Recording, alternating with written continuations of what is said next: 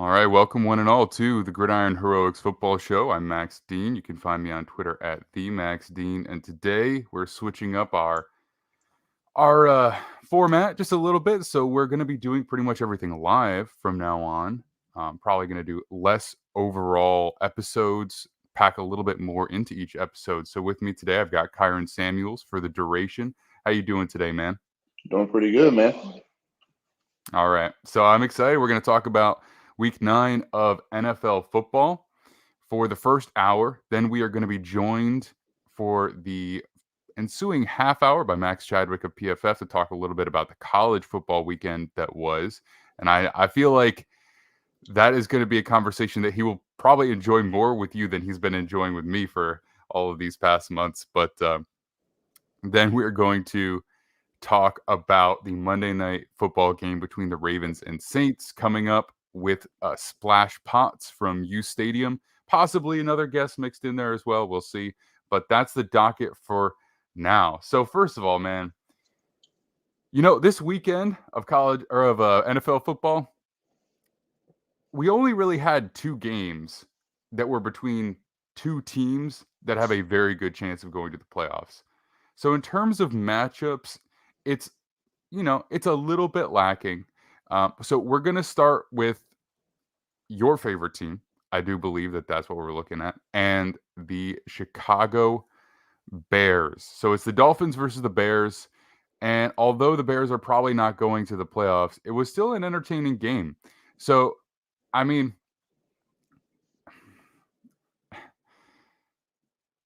first of all, we just got to talk about how explosive the offense is for the Miami Dolphins, right? I mean, they are ridiculous. Absolutely ridiculous. So many players who can make a huge impact on any given play. And it feels like every single drive features a Tyreek Hill play that's like 20 plus yards and just, keeps moving them down the field and down the field, down the field.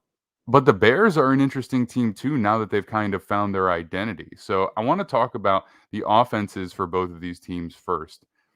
Now that Tua's back and the key playmakers are healthy, it kind of seems like they can't be stopped. I feel like at the end of the game, we did see a little bit of uh, you know, a chink in the armor, so to speak. But the reality is that this is a very difficult team to stop, even for the best defenses. So you were watching this game live. How did you feel about it? Especially having an emotional attachment. I mean, I felt really, really good about it watching the game. The only problems I have are on the other side of the ball, and in my opinion, those are easy fixes. You just have to get out of your own way at a coordinator level. But from the offensive perspective, I mean, they had 9 drives. They scored touchdowns on 5 of them, and Jason Sanders missed a chip shot field goal at the end of the half. They should have had 6 of 9 scoring drives, and really should have had 7 or 8 or 9 scoring drives because Tua just flat out missed that throw at the end of the game. Because Waddle was running free up the sideline, it probably would have been another touchdown. Ice the game, it would have been over easy. Durham Smythe on the 3rd down on the drive before that, excuse me, on the 4th down on the drive before that, looked like some weird miscommunication. Tua threw the ball thinking he's going to be in one spot, but when Tua's throwing the ball, Durham Smythe's looking behind him, and then he turns around. It just a little stuff like that stopped this offense from being literally almost perfect. So when you take those things into account, it's the NFL. It's going to happen. Things like that happen. They just happen to happen towards the end of the game instead of the middle of the beginning of the game yesterday. As long as you're scoring 30 plus points a game, as long as you're moving the ball like this, I mean, Tua's stats through week 9 right now, and keep in mind he's missed essentially 2.5 games. He played, about a quarter and a half in that Bengals game, but he's number 1 in touchdown percentage, number 1 in yards per attempt, number 1 in adjusted yards per attempt, number 1 in quarterback rating, number 1 in QBR, number 1 in net yards per attempt and adjusted net yards per attempt, number 3 in completion percentage, and number 5 in yards per game. He sits in 4th in touchdown passes, and he's missed 2.5 games. That is comparable with anybody in the NFL right now. He's number 1 in a lot of categories as far as efficiency, passer rating, just being an efficient and timely and accurate quarterback. The ball is where it's supposed to be, when it's supposed to be. And you got to give Mike McDaniel a lot of credit. Some of these plays are just unguardable. I mean, we have the weapons that you have. Um, you have to take into account that these guys are always going to stretch a defense or cause a defense to play off the ball more than they should. These people are so scared of Tyreek and Jalen Waddle. They're giving 8-9 yards of cushion almost every play. But that's what you have to do. Otherwise, you get beat over the top. But then it's like pick your poison because Tyreek Hill still had 7 catches for 143 yards and a touchdown. Waddle had So I 5 gotta for ask you 35. though, that the thing I worry about though is, and it everybody gets hurt at some point. Just depends on how severe really is the truth of it. Tyreek Hill is playing so incredibly well. First of all, I want to shout out I hate the NFL. Can't wait to see Jackson Smith with Fields next year. Could be. We'll talk about their kind of future in a minute, but appreciate the comment there. But Tyreek Hill is playing so incredibly well, like unbelievably well. I don't really think there's any debate that he's the best wide receiver this year. But if he gets hurt, does that take away the key piece of what makes this offense so good? Can they really survive without him? I mean, basically right now, Tua's superpower is his quick decision and his accuracy. And that's great, but if you aren't basically forcing the defense to play a certain way with a guy like Tyreek Hill, I mean, what happens?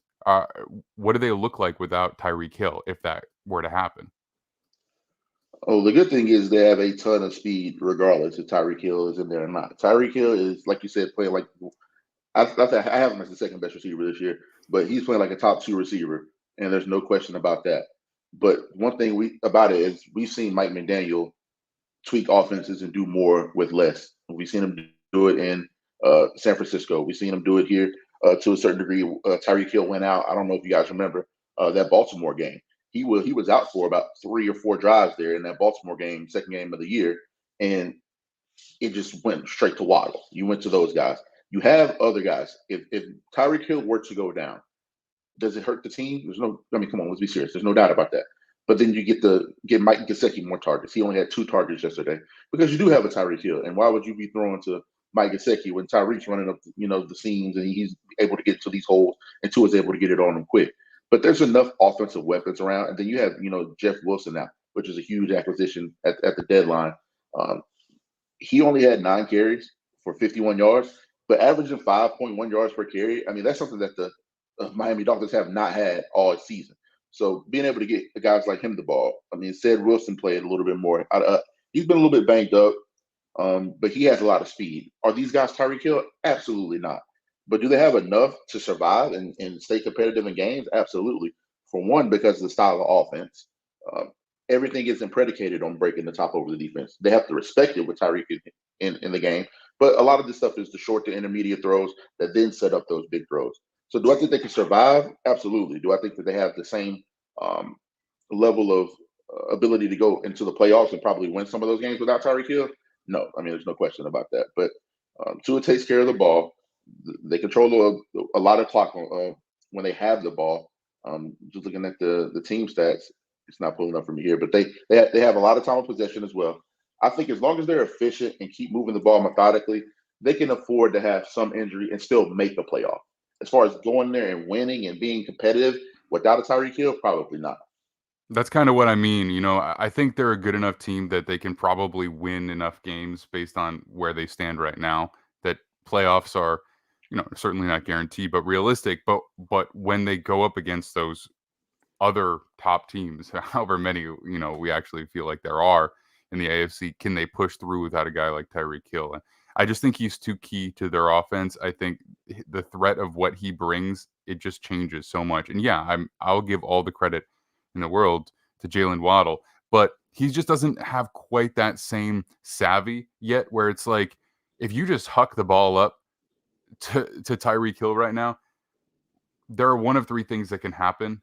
And the third one is the least likely. Either he's going to make a big play, he's going to draw pass interference, or, there's going to be an incompletion or maybe a turnover. But the reality is that he's so dynamic right now, and he's just in the groove that I think that he really does change the game in a lot of ways. So, talking about the Bears offense, I don't want to spend a ton of time on them only because they're kind of not in it this year.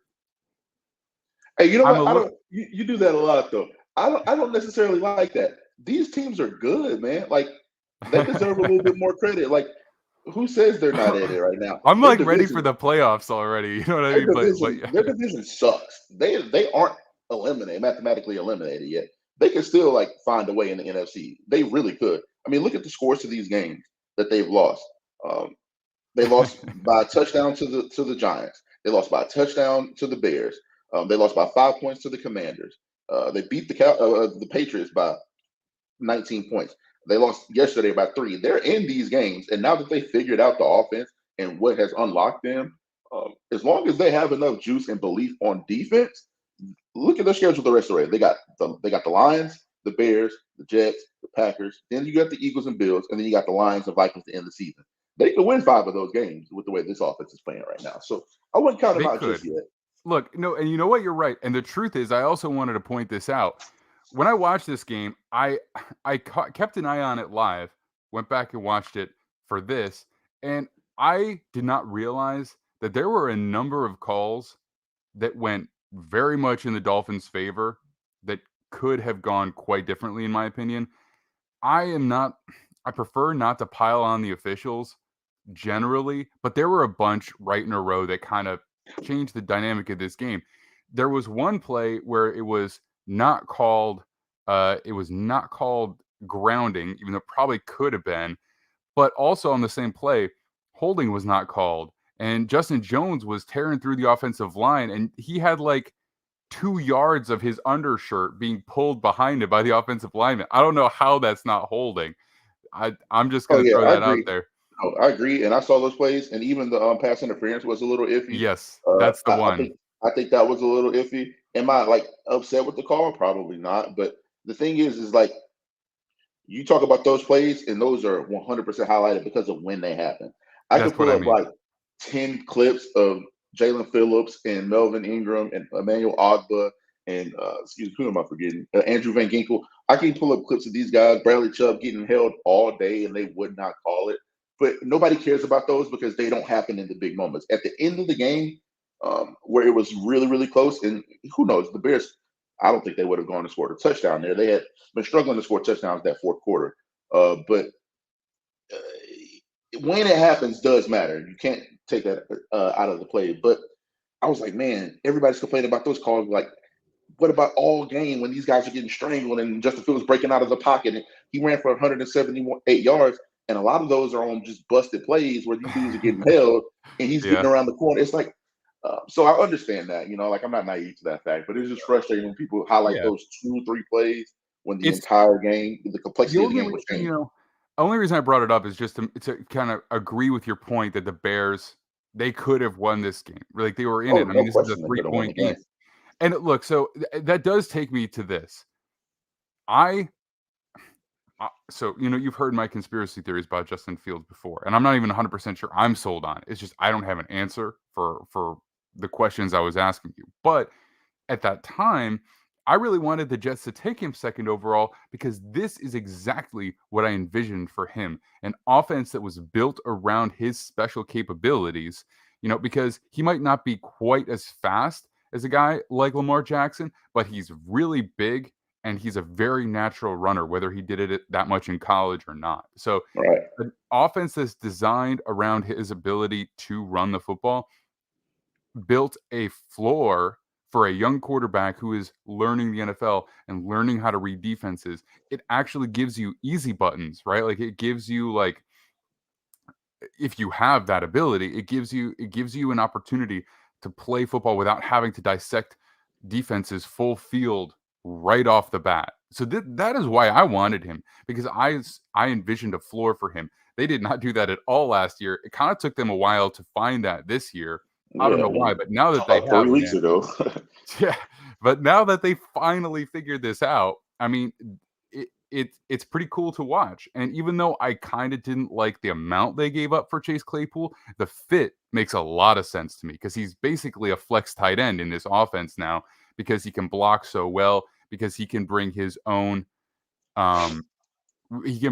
own rushing ability on end arounds and stuff like that. And so I think he's really a cool piece, a little overpay in my opinion, but I like that. So, I mean, first of all, how did you feel about that offense? And then second of all, how did you feel about the Chase Claypool move? Because we haven't really talked about it yet. Yeah, I mean, I'll just go ahead and do the Chase Claypool move first. I wasn't really a fan of it. I'm not that big of a fan of Claypool. I I think agree. he has a big body. He showed that he can make plays. He showed that he's a decent to developing wide receiver two in the NFL. He has some pretty good production in an offense where he gets a lot of targets. I mean, he had over 110 targets in his first three seasons, and in his first two seasons, and then well into this year, he was getting targeted a lot. The more targets you get, the more plays. It sounds like kind of like a slight to him, but it's not. I mean, there's a reason they were getting him the targets. There's a reason they were getting him those looks. But I don't think that he's a game changer for this offense. I think that the fact that they gave up their second round pick for it, they had a swap they got in the Roquan trade. I thought that if it Right. was the Ravens second, then I would have been fine. But you're playing with house money there essentially. Let's do it. But they gave up their second round pick for it. I don't really love that. And I think that he's just at best, he's a wide receiver two in the NFL. And I don't think he moves the needle enough to justify giving up a second round pick when you've seen over the last 3 or 4 years, you can find gems in the second round. You can make the argument. The second round has been just as good as the first round, past the first 5 or 6 picks, which is the elite guys. But you can find so many good guys in the second round in the NFL draft now. So I wasn't a huge fan of it. However, anything is better than what they had. The fact that Yeah. what the offense that they were running, not getting Justin Fields on the move, it's just silly. Like there's so many examples of what you can do with a guy with his skill set. Look at Jalen Hurts. Look at Lamar Jackson. Even look what they do with Jimmy Garoppolo and the West Coast offense out there, getting the pocket moving, getting him out, getting him some easy looks. Cole Kmet, we'll talk about him in a second, but his emergence has been huge for the development of Justin Fields because he gives you that auxiliary. He gives you those quick balls. He gives you those underneath plays in the red zone. He opens up the offense in a way that wasn't there before. And it's not because they weren't giving him great looks. He was getting great looks. He was dropping a lot of ball. He was just getting bullied off the ball, so he wasn't even getting a chance to catch some of them. He's just playing a lot better, and it's Yeah. helping the offense a lot. It takes tight ends a little time, man. It really does. It's one of the more slowly developing positions in the NFL. So, I mean, Yeah, the timeline fits, and I think he does make a really big difference. I yeah. I'm, think. I'm really excited for the future because I think that if you get him, and I'm torn right now because they still need offensive line help. He's Mhm. so good at extending plays. Even when he gets sacked, a lot of time, it is his own fault, but he's just extending the play that was broken in the first place. So it's like Yeah. they still need offensive line, and I'm going back and forth in my head. Do they need offensive line more than they need receiver? And my opinion is yes. But Yeah. also, I it's like, agree. can you, if you're sitting there at anywhere between 12 to 18, and there's a Jackson Smith and Jigba, a Jordan Addison, anybody that you can get that is a pro-ready day one, um, reliable target for Justin Fields. Can you pass that up? I don't think that you can. So it's like, how much money do these guys have? This is where you're going to come into play, in the offseason and stuff.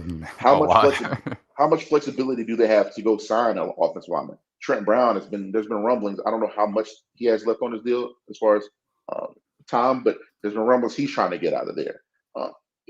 This is not a breaking news or anything. It's been very publicly, talked about. DeAndre Hopkins has been begging to get out of Arizona, essentially. Like I think even he was either Schefter or Rappaport, one of those guys tweeted out that they have been exploring trades for DeAndre Hopkins. So it's like, do you have enough to go get a DeAndre Hopkins and then just fix the offensive line through the draft? I mean, there's so many variables here. And I think that they're just one of the more intriguing teams in the league because of how close they are right now winning these games and the strides they can make with just a couple moves in the offseason. So great Yeah. development right now. You're seeing it from Justin Fields. He's protecting the ball so much better. He's up now. I mean, look where he was 2 games ago or 3 games ago when they did the Commanders game and Thursday night. Now he's up to 14 touchdowns, only 6 turnovers. He has 10 passing touchdowns, 4 rushing touchdowns. He broke the record for the most rushing yards by a quarterback in a game yesterday. Broke Michael Vick's record. Like he's made such clear and obvious strides. I think they're such an intriguing team for the rest of this year as well, but especially next year. Yeah. So from a financial perspective, they have almost too much money. Like Yeah, it's so much that you can't really change the nature of the team in one offseason just on that, because there aren't enough like difference makers that you can just go out and pay in free agency. And as far as wide receivers, even, I don't really know. I don't see anybody that I think makes a difference that you can just straight up pay. So they can get a lot deeper. But if they really want to spend this money, which they should, I think they do need to make trades for guys that are elite type of players, whether they want to go for somebody who's more established, like a DeAndre Hopkins. I mean, I would want to get out of Arizona too if I was him. But I mean, you can trade for a guy like him. There's probably, there's probably other guys who are coming up on the end of their contract, maybe in 2024.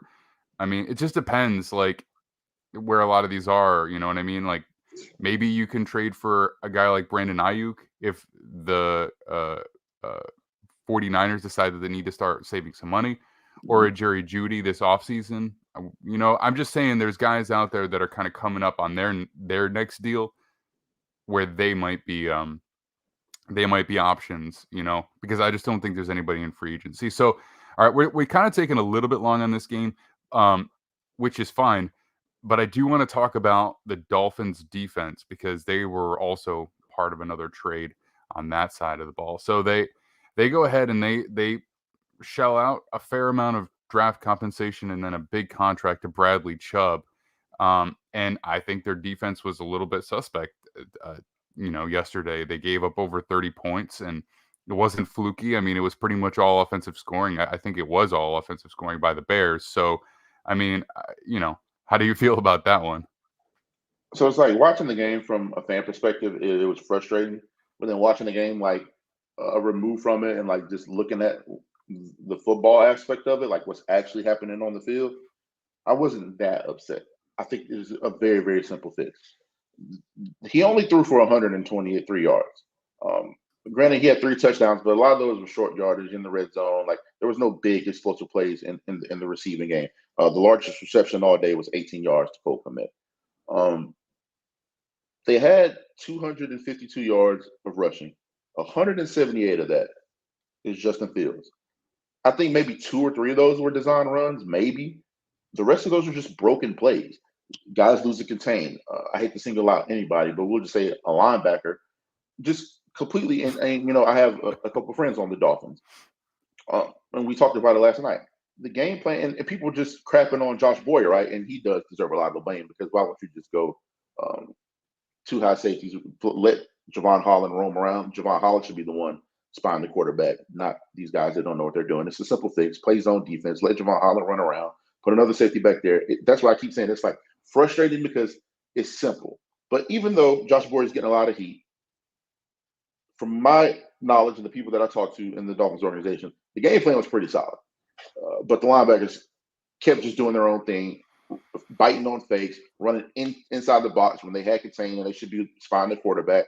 And look at all the big plays in the game. The longest play of the game for them was 61-yard run from Justin Fields on a broken play like that. You can't excuse it, because there's no excuse for giving up a record yard or amount of yardage, even if Justin Fields is a freak athlete.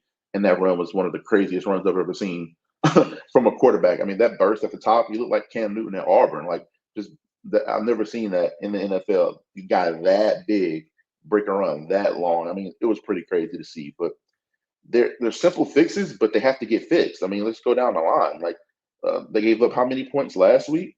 I mean, you gave up 27 to the Lions. They didn't give up a point in the second half, but you still gave up 27 in the first half to the Detroit Lions. You only gave up 10 to the Steelers the week before, 24 to the Vikings. They gave up 40 to the Jets. They gave up 27. Then they gave up 19 to the Bills. It's such a confusing, group, because one game they look like one of the best in the NFL. The game they played against Josh Allen and the Bills was absolutely incredible. Held those guys to 19 points. Josh Allen had a ton of yards, but they were having to go the length of the field. They could not score touchdowns. They were getting after him. They were getting plenty of pressure on the quarterback. Second half of last week, they looked incredible. Didn't allow the offense to score a point. And people can say what they want about the Lions. The Lions score points. They're one of the highest scoring offenses in the NFL. So there is no slight to shut a team like that down. Even the Vikings have been scoring a lot of points this year. They scored 24 points, and they scored a touchdown late in that game. So, but then you give up 40 to the Jets, which was, I mean, Brees Hall had an incredible day that day, and the offense didn't help him out at all. But 40 points to that team and then 27 points to the Bengals. Granted, they scored a touchdown literally on the last second of the game. Such a confusing group. I think there should be a leadership change at defensive coordinator, because even if the philosophies are somewhat productive, they don't like the guy. They're not playing hard for the guy. They're not grasping whatever it is that he's trying to teach. And at some point, you can't waste what this offense is doing. You have to get it going. I don't want to spend too much more time on this game, but you have to get that adjusted, because you have the number one touchdown scoring offense right now.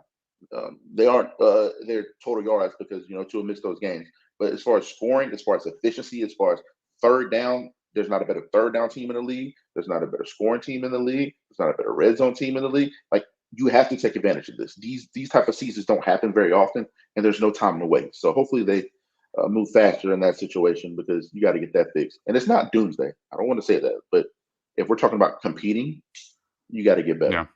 And we got to move on, or else we won't get to all the games we want to talk about. But I mean, they agree. That's why they made the Bradley Chubb move. I don't really have time to defend myself, but I kind of don't. I think it's too much, personally, for what he's been and how hurt he's been. And I think you can generate some pass rush juice without that kind of investment. But at least you can see they agree with you that this is like kind of their time. But we'll see. Also, I'll just throw out the fact that I did like the Roquan Smith trade.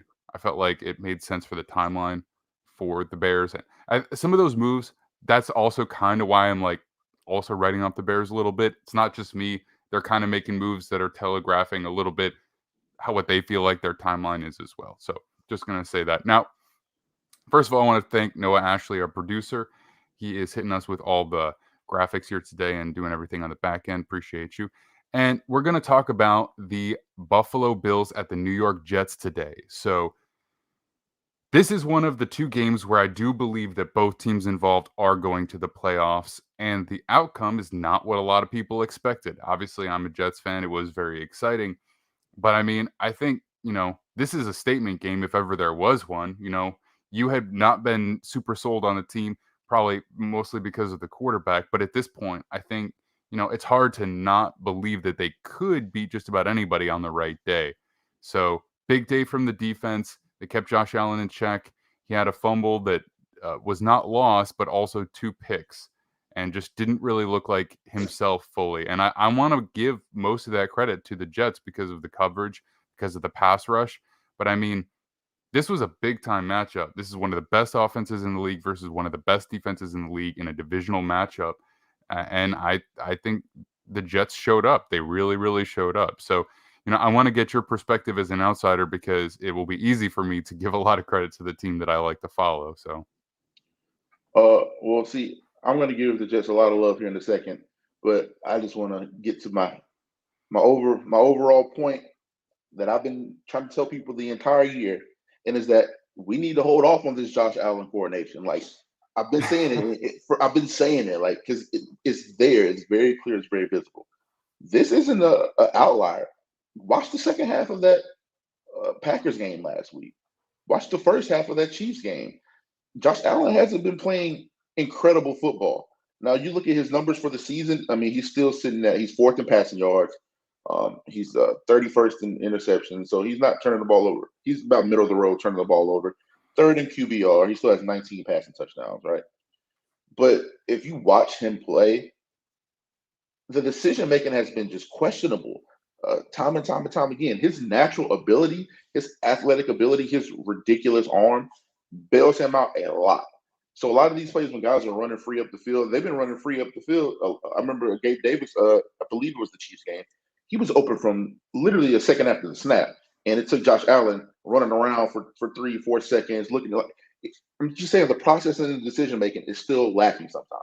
And I wrote about it before the season. This is why I still had him only 4th in my quarterback list, because of those decisions and the way he processes. Give credit to the Jets defense, because what they did is they got after him. When you speed him up, when you speed the process up, Josh Allen struggles a lot. It's the same thing that happened in the Dolphins game. They got after him a lot that game, and he struggled. He struggled to set his feet, and he was missing easy throws against the Dolphins. The same thing he did against the Jets yesterday. The 2 interceptions were like, even though I've been critical of him, because I think that he can just take another step. It sounds crazy to say, but he can take another step. those interceptions weren't even like, I don't want to give too much credit to anybody for those interceptions because it was just such head scratching. It was like, what are you doing? It looked like point shaving almost. It was like somebody tweeted out he definitely had a Josh Allen interception in his player prop for the week. Like that's how bad it looked because he literally it just looked so bad. But I won't spend too much time on him because Josh Allen is a great player. The Bills are going to be there in the playoffs. We all know this. He had a hell of a game rushing. He had 9 rushes for 86 yards and 2 touchdowns there. The threat of his feet is what makes that offense so special because even when you do cover everyone, even when the plays are broken and busted, he's not only huge, he's what, 6'5", 250. He's fast, man. These guys can't catch up to him. When he breaks out of the pocket, they can't get to him. So he does a lot in the passing game, in the running game. And I don't want to be too critical on him, but people hold off on the coordinations. And I don't want to say like learn more about the game, but like understand what's happening. And when these teams bracket these guys on the other side, when they just sit back and play zone defense against Josh Allen, and you aren't able, they don't really have any burners. I mean, Stephon Diggs isn't like a break the top of the defense kind of guy. He runs incredible routes, and like the play where everybody's giving Sauce hell for that play. Sauce is a flat defender there. Could he have noticed it a little bit earlier and realized there's nobody to get to the flats, and then you could have rerouted Stephon, or maybe just came off on Stephon? 100%. So he needs to eat that. Like Sauce is still learning, but that wasn't necessarily on Sauce one-on-one. I mean, it's just a great route by Stephon Diggs. Right. But I say all that to say, you have to make Josh Allen make those throws, and then you have to make him make those throws under pressure. And then he struggles a little bit, and that's what we saw. But I just think that we can critique elite quarterbacks without saying that they suck. I'm not saying Josh Allen sucks. I said I thought he was the 4th best quarterback in the NFL preseason, and I think it's still about right there right now. But it's like it's gotten to the point where you can't even critique Josh Allen or Patrick Mahomes anymore, or Justin Herbert for that matter. And it's just kind of, I don't like that because those guys can make strides, and they don't deserve passes. They haven't done enough to deserve passes. You're gonna get pushback from any fan base ever. Like any fan base ever, you will. Like no matter who you criticize, and top quarterbacks are gonna have the strongest defense. So I think realistically we can criticize pretty much anybody. We just got breaking news: Frank Reich is out as head coach for the Indianapolis Colts. Wow, man. Well, I feel like we kind of have to talk about that now. Let's. All right. We are going to speed things up here a little bit. First of all, the Jets. I'll be talking about the Jets plenty myself, so I don't really have to go on and on about it. I do want to give them love, man. Listen. That defense, bro, it's so good. But the thing about it is, they're just really, really young. Like, yeah, but they're young, but they aren't worth the damn without CJ Mosley. I got to give my boy CJ some love. He's from my hometown. We played against each other in high school. God, it just made me realize how old I am. The CJ, but you have to give a shot at him. He is the leader. He is the heart and soul of that defense. He gets everybody lined up. Quentin Williams is playing like a top 5 interior defensive lineman. Sauce gets a little bit too much credit for me because of the way Saleh's scheme, but that kid is incredible, man. That kid based on his age and experience level, I think that's really why people get so hyped on him because, he's not perfect. Is he a top 2-3 corner right now? No, but you kind of see the trajectory at this point because he's. I mean, the thing that I noticed with Sauce though, before we move on, he gets away with a lot, man. He has been getting away with stuff so much since like week 2. He's been getting that treatment. That's an indication of how much officials respect him as well. Like officials are reading these. I'm not gonna. We got Max Chadwick coming on later. Officials read these blogs and these websites, and they look at these stats and stuff. Officials are just as much as a part of the football community as anyone. Yes. There's a reason they do it. They like it. They look, nobody forces them to do that job. So you're right. They like the job. They like it. And they respect him. He's been getting that treatment since week 2. I noticed it really early. Like 100%. He was getting the star corner treatment right off the bat. If that was the other way around, that's a pass interference flag on Buffalo or anybody else, man. Like, and I think Buffalo gets a lot of calls, but we'll go ahead. We'll move on. But salute the Sauce, man. Last thing I'll say on this game is that Zach Wilson did a nice job keeping, and he's done this in the majority of games, whether he was making plays or not. He's protected the ball pretty well. All of his picks and turnovers have pretty much all been in 2 games that he's played so far. So he did a good job. And I think one of the reasons I have a lot of faith in the Jets team is that when it came down to it, they were able to run the ball at will. Say what you want about the Bills defense, it still takes a lot to do that in crunch time and to just march down the field, when We the have to come defense back to is this game supposed because to. we have to You come do. back to this game because I do want to give the offense some love, and we got to talk about that Bills interior defense because it's something I've been talking about for a long time. But everybody's the secondary. But we'll move on. We'll move on. All right, look. So real quick, this game, this is a game I don't want to spend a lot of time on because I just don't like ugly football. You know what I mean? I like good defensive football. I don't like ugly football, and we're kind of going to see that right now. So I don't remember if this is the original order, but I just want to touch on this quickly. The Rams at the Tampa Bay Buccaneers. I mean, this game was a slog, and yes, it was very exciting because of what happened at the very end of the game. But I mean, you can give credit to Tom Brady for winning when he needed to and putting himself back in the lead for the NFC South. But ultimately, this was an ugly ass game. It was. I did not enjoy watching it that much. And I'm not. Again, I'm not all about offense, but I don't like it when the offense is just straight up like ugly. I just want it to be good defense, if anything. You know what I mean?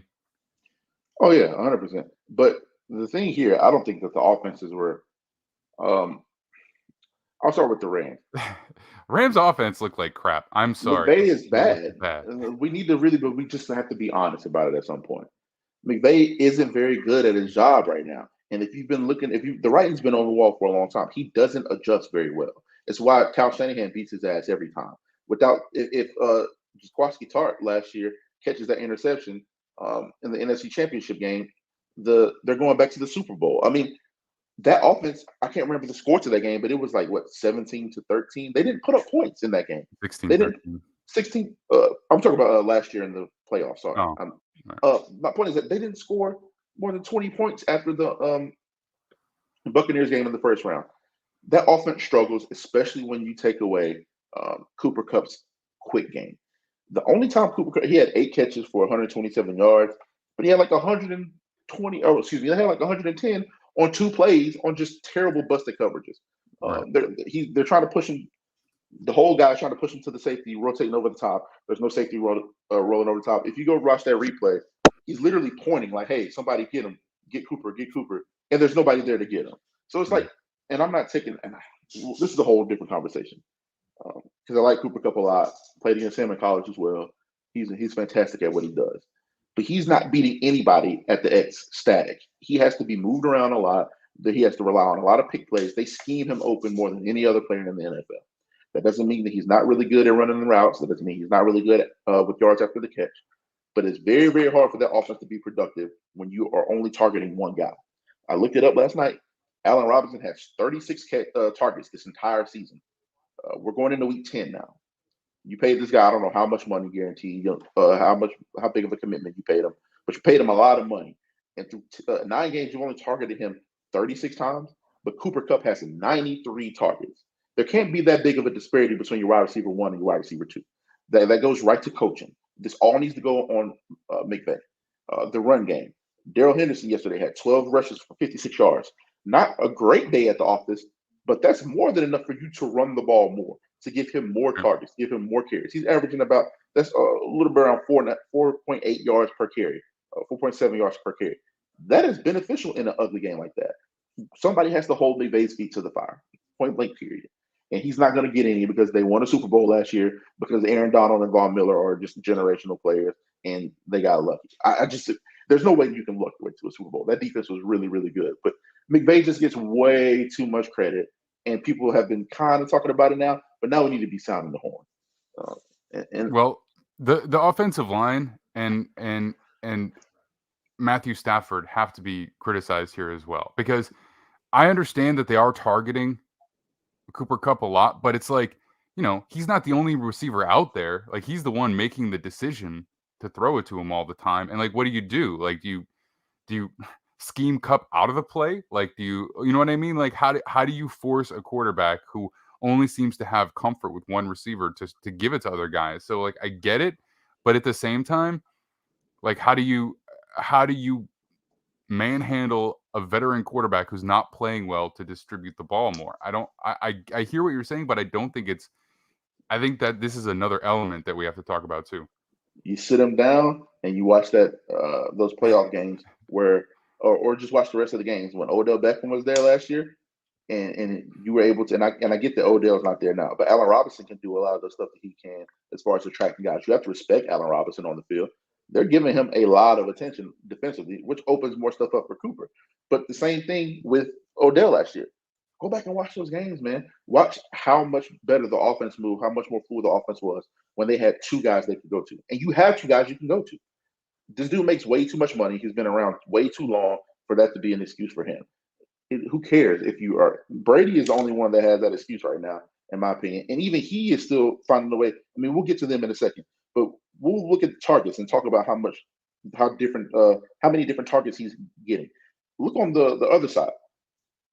Van Jefferson had 5 targets yesterday, didn't have a catch. Why does Van Jefferson have the same amount of targets as Allen Robinson? That ain't on, Stafford can be held to the fire a little bit, but at some point you just got to draw it up. The same way you draw it up for Cooper, you have to draw it up for him. Or just give him more one-on-one shots. Did you watch that entire game? I was kind of in and out. I didn't rewatch it. I watched it live, but I had my kids, so it was I was kind of being pulled around a little bit. But I did watch it. They gave Allen Robinson just a one-on-one ball over the middle. Just, hey, Allen, go. It's an option route. Go make a play. He had one of the best catches I've seen all year. 15-yard gain on 3rd down over the middle of the field. That's the type of things that he can do for you. He has to have more targets. There can't be a 30-target discrepancy, man. He also had that drop though, right? But so like the thing you've got to get if you got a player who's so cold, like you've got to get them the ball 100% short, and so that they can start getting their feet moving. They can take a couple of hits. They can get into the game. Like that needs to be like the first play you run. Like just a quick screen to Allen Robinson, play 1 of the offense next week. Like they gotta make an effort. They really do. So I do agree with you on that.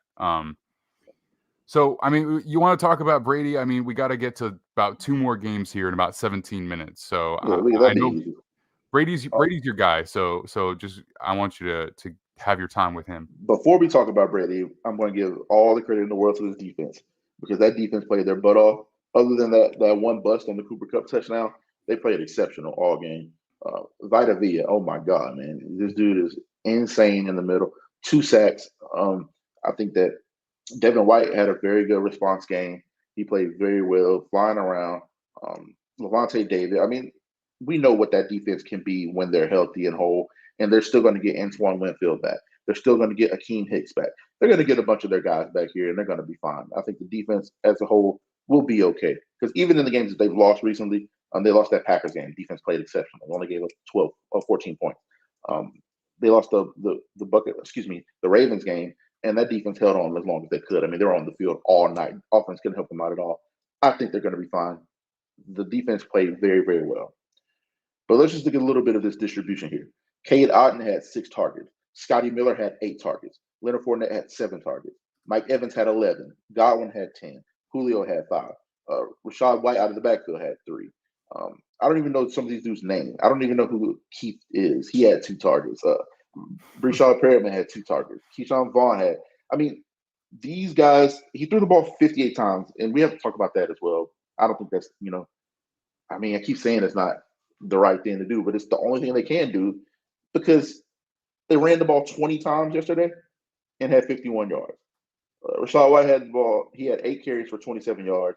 Leonard Fournette, 9 carries for 19 yards. They can't run the football. And it's not like they're not trying to. You gave 2 different guys 8+ rushes.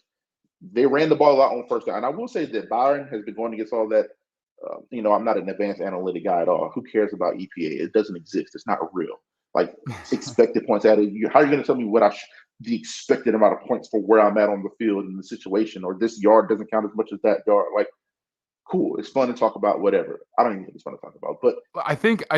Look, it gives you a vague idea, but there's so much that depends on every single football play that there's so many variables that like that number is not necessarily applicable. It's like it's something that you can look at over the court when the season is over, I think is basically when you can look at that and really take much away from it. Like on any given All right. play, it just doesn't make that. Like, does Anyway, EPA factor into take into account that they're playing the Rams and the greatest defensive player ever is lined up at defensive tackle?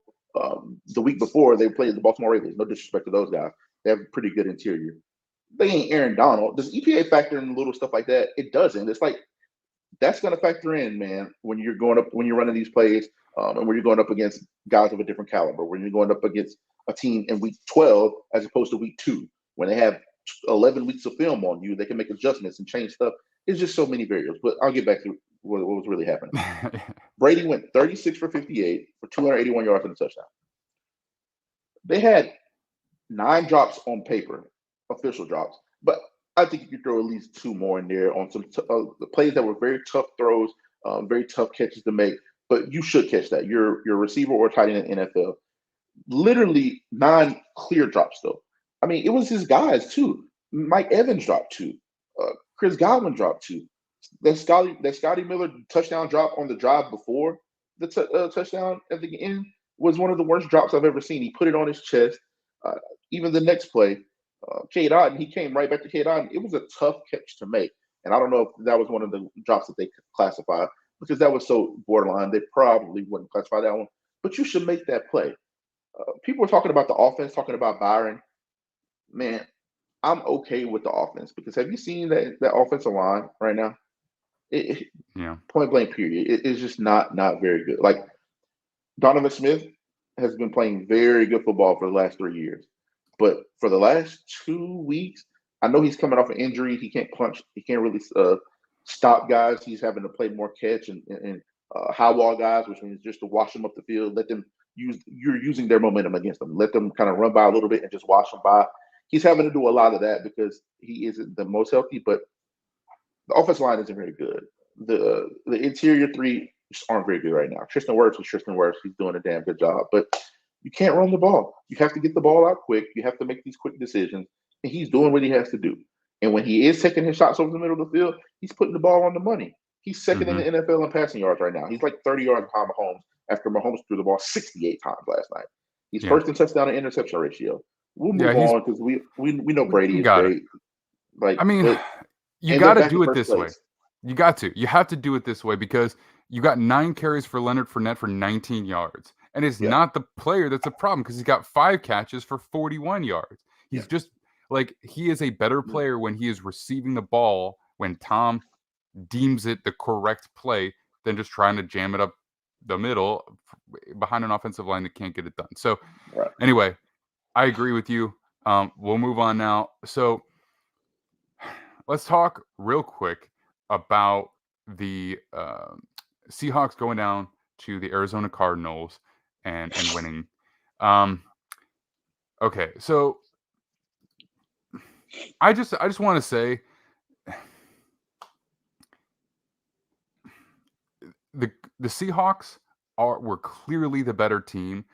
I didn't feel like, they showed anything in this game that made me feel like they're a contender. I think they're a playoff contender, because it's not a very strong NFC. They kind of have, the lead position for the division, so they might fall behind on that, but they probably are still going to make it with wild card spot, even if they don't maintain the lead.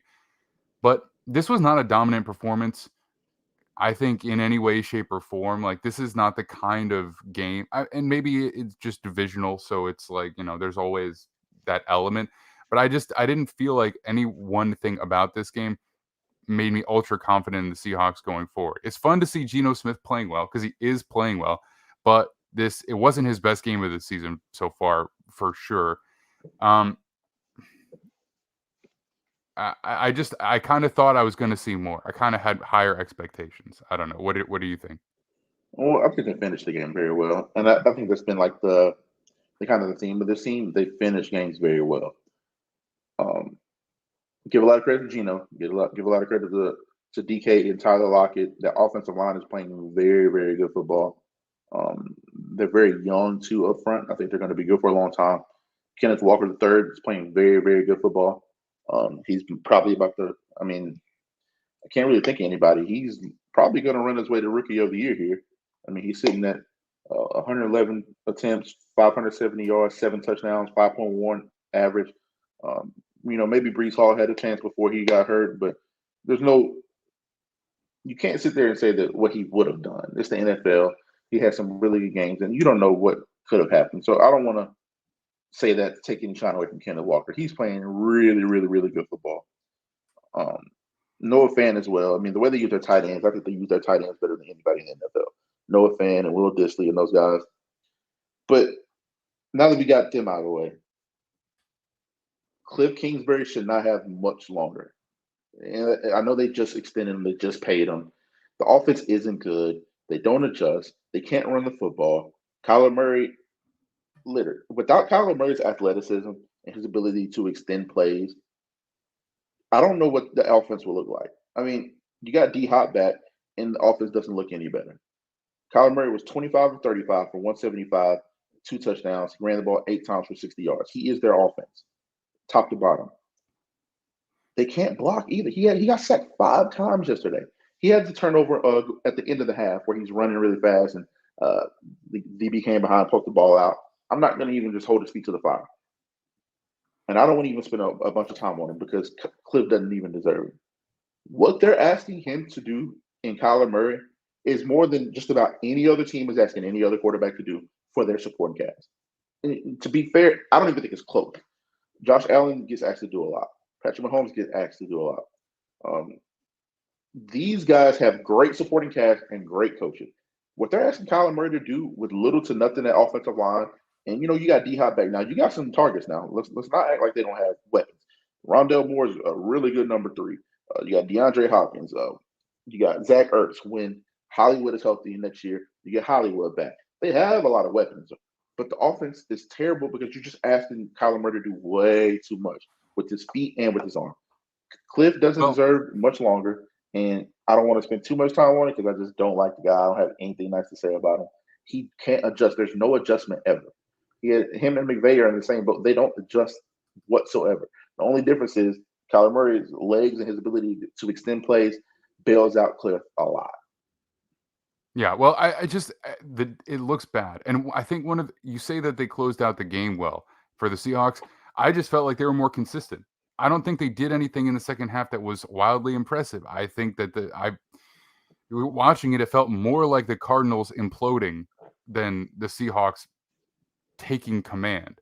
And even the Cardinals' effective plays, like, okay, so it's 2nd and 5, and it's the number 2 read to the tight end for a first down, right? When the Seahawks make that play, it looks in control, poised, and intentional. When the Cardinals make that play, it looks anxious. It looks frenetic. It looks like at any moment, something is just going to collapse. And I think the strength of the offensive line is probably a big part of that. But even when the pressure doesn't come, you can just read people's body language, and he looks so nervous out there. And I'm not saying that it's his fault. I mean, I guess it's just you don't trust the offense. You don't trust what's around you, And I think, if we're going to look at Frank Reich being fired, right, I think it's a hard case to make to have Cliff Kingsbury still be there. It's tough for them because I think they're in the middle of filming Hard Knocks right now. Mm-hmm. So what do? You fire Cliff now and then have to have the behind the scenes of that, or I don't know, or do you just suffer through the season, a disappointing season, get through Hard Knocks, and then release him at the end of the year? I mean, I don't know. It doesn't matter financially because it is what it is, but just from putting somebody else out there to take the brunt of that, I don't know if they even want to do that. Yeah, I don't know. I have no words for what's going on there, and I just hate how much flack Kyler Murray is getting for carrying that team on his back the way he's done the last 3 years. That team wasn't a playoff team last year. They squeaked in because Kyler Murray was exceptional. He played the back half of the season without DeAndre Hopkins with injury and still carried that team to the playoffs. Does Kyler Murray do some questionable stuff sometimes? Does he make some questionable decisions? There's no doubt about that. But the amount of the amount of stuff they're asking him to do is just insane right now for that support cast, especially that offensive line, which is one of the worst groups in the NFL. So I don't want to, like I said, I don't want to spend too much more time on them, but somebody needs to talk about Sean McVay and somebody needs to talk about Cliff Kingsbury. They're not getting nearly enough flack. All right. So let's hit on Sunday Night Football. And if Max shows up, he can help us cap it off. But man, this was a game where the Titans show you why they're always there at the end of the year. They just play good football, no matter who is out there. It doesn't matter who gets hurt. I mean, look, they have moments just like anybody else. But it doesn't matter who's out there. It doesn't matter who gets hurt. As long as Mike Vrabel continues to coach this team, they will beat the teams that they are supposed to beat pretty freaking consistently. They will contend with teams you don't expect them to pretty consistently. They will probably always have a cap just based on the talent level of the offense and who's playing quarterback and the, attrition of the offensive line over the past few years and things like that. But I love Mike Vrabel as a coach, and I just want to see him have an elite quarterback. I don't know if Malik Willis is going to be that guy. It's way too early to say, but I want to see him with a guy like that because they will have what will probably look like, maybe not the Super Bowl wins to have a dynasty, but I think that is the kind of coaching that they have while he is there.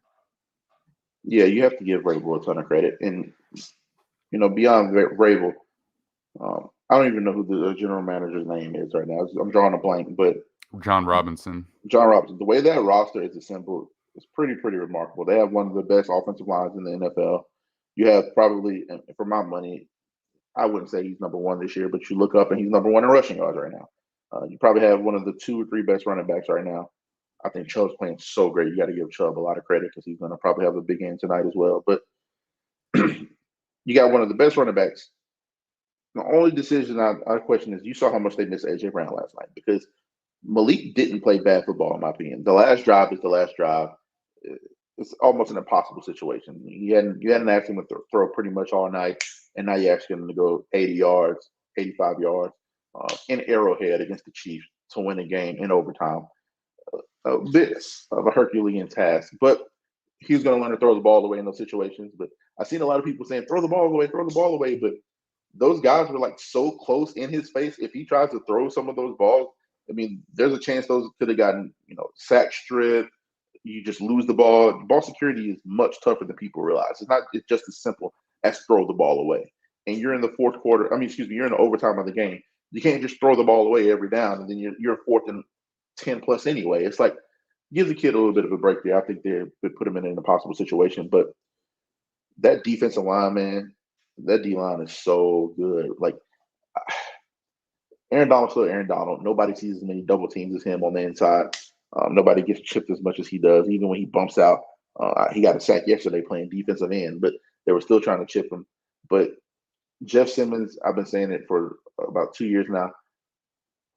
I think he could firmly state interior defensive line 3 at worst because Cam Hayward's still that dang good. But I think you could make an argument he's playing better than Cam Hayward this year. He could be the second best interior defensive lineman in football right now. The pass rush on the edges, Danico Autry, Bud Dupree before he went out. Their rookie signee and Roger McCreary had an interception last night. Played very good football. Just very, very well assembled team. And I don't want to talk too much about the Chiefs. The Chiefs are the Chiefs. But you said it earlier, and I wanted to wait till we got to this game. You were like, "Oh, what would the Dolphins look like without Tyreek Hill? What would this offense look like without Travis Kelce?" Yeah. I mean, Travis Kelce, dude, like the dude's open every play, man. He even had a couple of drops yesterday. I think he had 2 drops yesterday and still finished the game. He has 17 targets, which tells you how much they love that guy because he's open that much. But he had 10 catches for 106 yards. Juju had 10 catches for 88 yards. Miko Harmon got some great looks in the red zone, and then on the plus side of the field using his speed, he had 6 catches for 79 yards and a touchdown. Patrick Mahomes is going to get a lot of love, and he should get some love for extending the plays with his feet. I think more of what he did with his feet than throwing the ball. But those dudes made plays for him yesterday. Those Travis Kelce, that catch he made on the drive to go get the field goal at the end of the game to tie it up. The touchdown to tie it up. That catch where he's like going backwards, he's running, and Patrick Mahomes throws it behind him, and he goes back to make the catch, and he catches it with all hands and turns around and keeps running his stride. Those are like plays that people take for granted, and everybody's talking about, oh, Mahomes broke out of the pocket. And first of all, he could have stayed in the pocket on like half of those. He just gets happy feet, and he's like a freak athlete for his stature. It's kind of crazy. He doesn't look very athletic, but when you watch him play, he moves very fluidly. It's so awkward and herky-jerky, but it's fluid at the same time. But those catches were much more difficult than those throws. And that's not to take anything away from Patrick Mahomes. But like the catch that Noah Gray had to set up that field goal in overtime. Incredible catch where the DB wrapped around him. Like Juju, how many times did Juju make great third down catches to keep drives going? You got to start giving those supporting cast more love when we talk about these quarterbacks. Because I'm of the mind, like, we give quarterbacks in general way too much credit. Like, just way too much credit. But that's the nature of the game. It's the nature of the game. And I want to, like, that's why I'm glad we can talk about it, because I feel like somebody has to bring everybody back down to earth to balance it out. Like, if those guys don't make remarkable catches, we're talking about this game way differently, because Patrick Mahomes was not good for about three and a half quarters there. And then similar. We got Max Chad from the we got Max is here. So we got Max Chadwick from PFF. He's going to be joining us here right now. I'm going to bring him in just a second, and he can help us put the final bow on Sunday Night Football. I just don't want to leave him hanging out there. And we can also reflect on Indianapolis letting go of Frank Reich briefly too, because I'm sure he has an opinion on that. But then we are going to be talking about the college football weekend that was with him for about 20, 30 minutes, whatever he's got time for us today. So let's bring him in. Max, how are we doing, man? I'm doing great, guys. How you guys doing? What's up? We are doing awesome. We have talked mostly about the NFL weekend. We've hit on pretty much everything we want to. The last kind of thing that we've got here is just the finish to Sunday Night Football last night. So I know you're more of a college football guy, but obviously it is inextricably linked to the NFL. So where were you last night? Like, how did you view this finale to Sunday Night Football? It was awesome. It was an awesome game, and you guys mentioned it. Like, Patrick Mahomes was incredible down the stretch. It was great seeing him complete that fourth quarter comeback. That was awesome. And you kind of see the duality of these quote unquote backyard football quarterbacks, because you can see Mahomes, run around and complete a tight window throw like you guys were mentioning. And then you see like the other side of the spectrum where Malik Willis, making one of his first starts, and he, kind of got in trouble a lot where he was bailing clean pockets. And yeah, the Titans receivers were not getting open at all. I'm not putting that blame on him at all. But, there were a lot of times where he took some bad sacks, and there were sacks that were his fault too, because he was just bailing out of clean pockets and just dancing around back there. I still have faith in him. I think his tools are fantastic. But you kind of see like Mahomes is like that level where he can develop into, but right now he's got a long way to go before he can get anywhere close to that. Yeah, well, I mean, where he came from, the kind of offense that he ran in college versus what he's going to need to do to be like a truly effective passer at the next level, it's one of the larger jumps that we're going to have to see if it's going to happen. So again, super toolsy. I think playing from behind is not really going to be something that benefits him, Mm-hmm. So if he's going to be playing games more this year, which I don't even know, he might not start another game this season. But if he is playing, I think if they're able to establish the ground game and get ahead, that's going to be big for him. But yeah, I mean, give Mahomes the ball in overtime. First of all, getting Patrick Mahomes to overtime is a feat in and of itself. Oh yeah. Once you're there, I mean,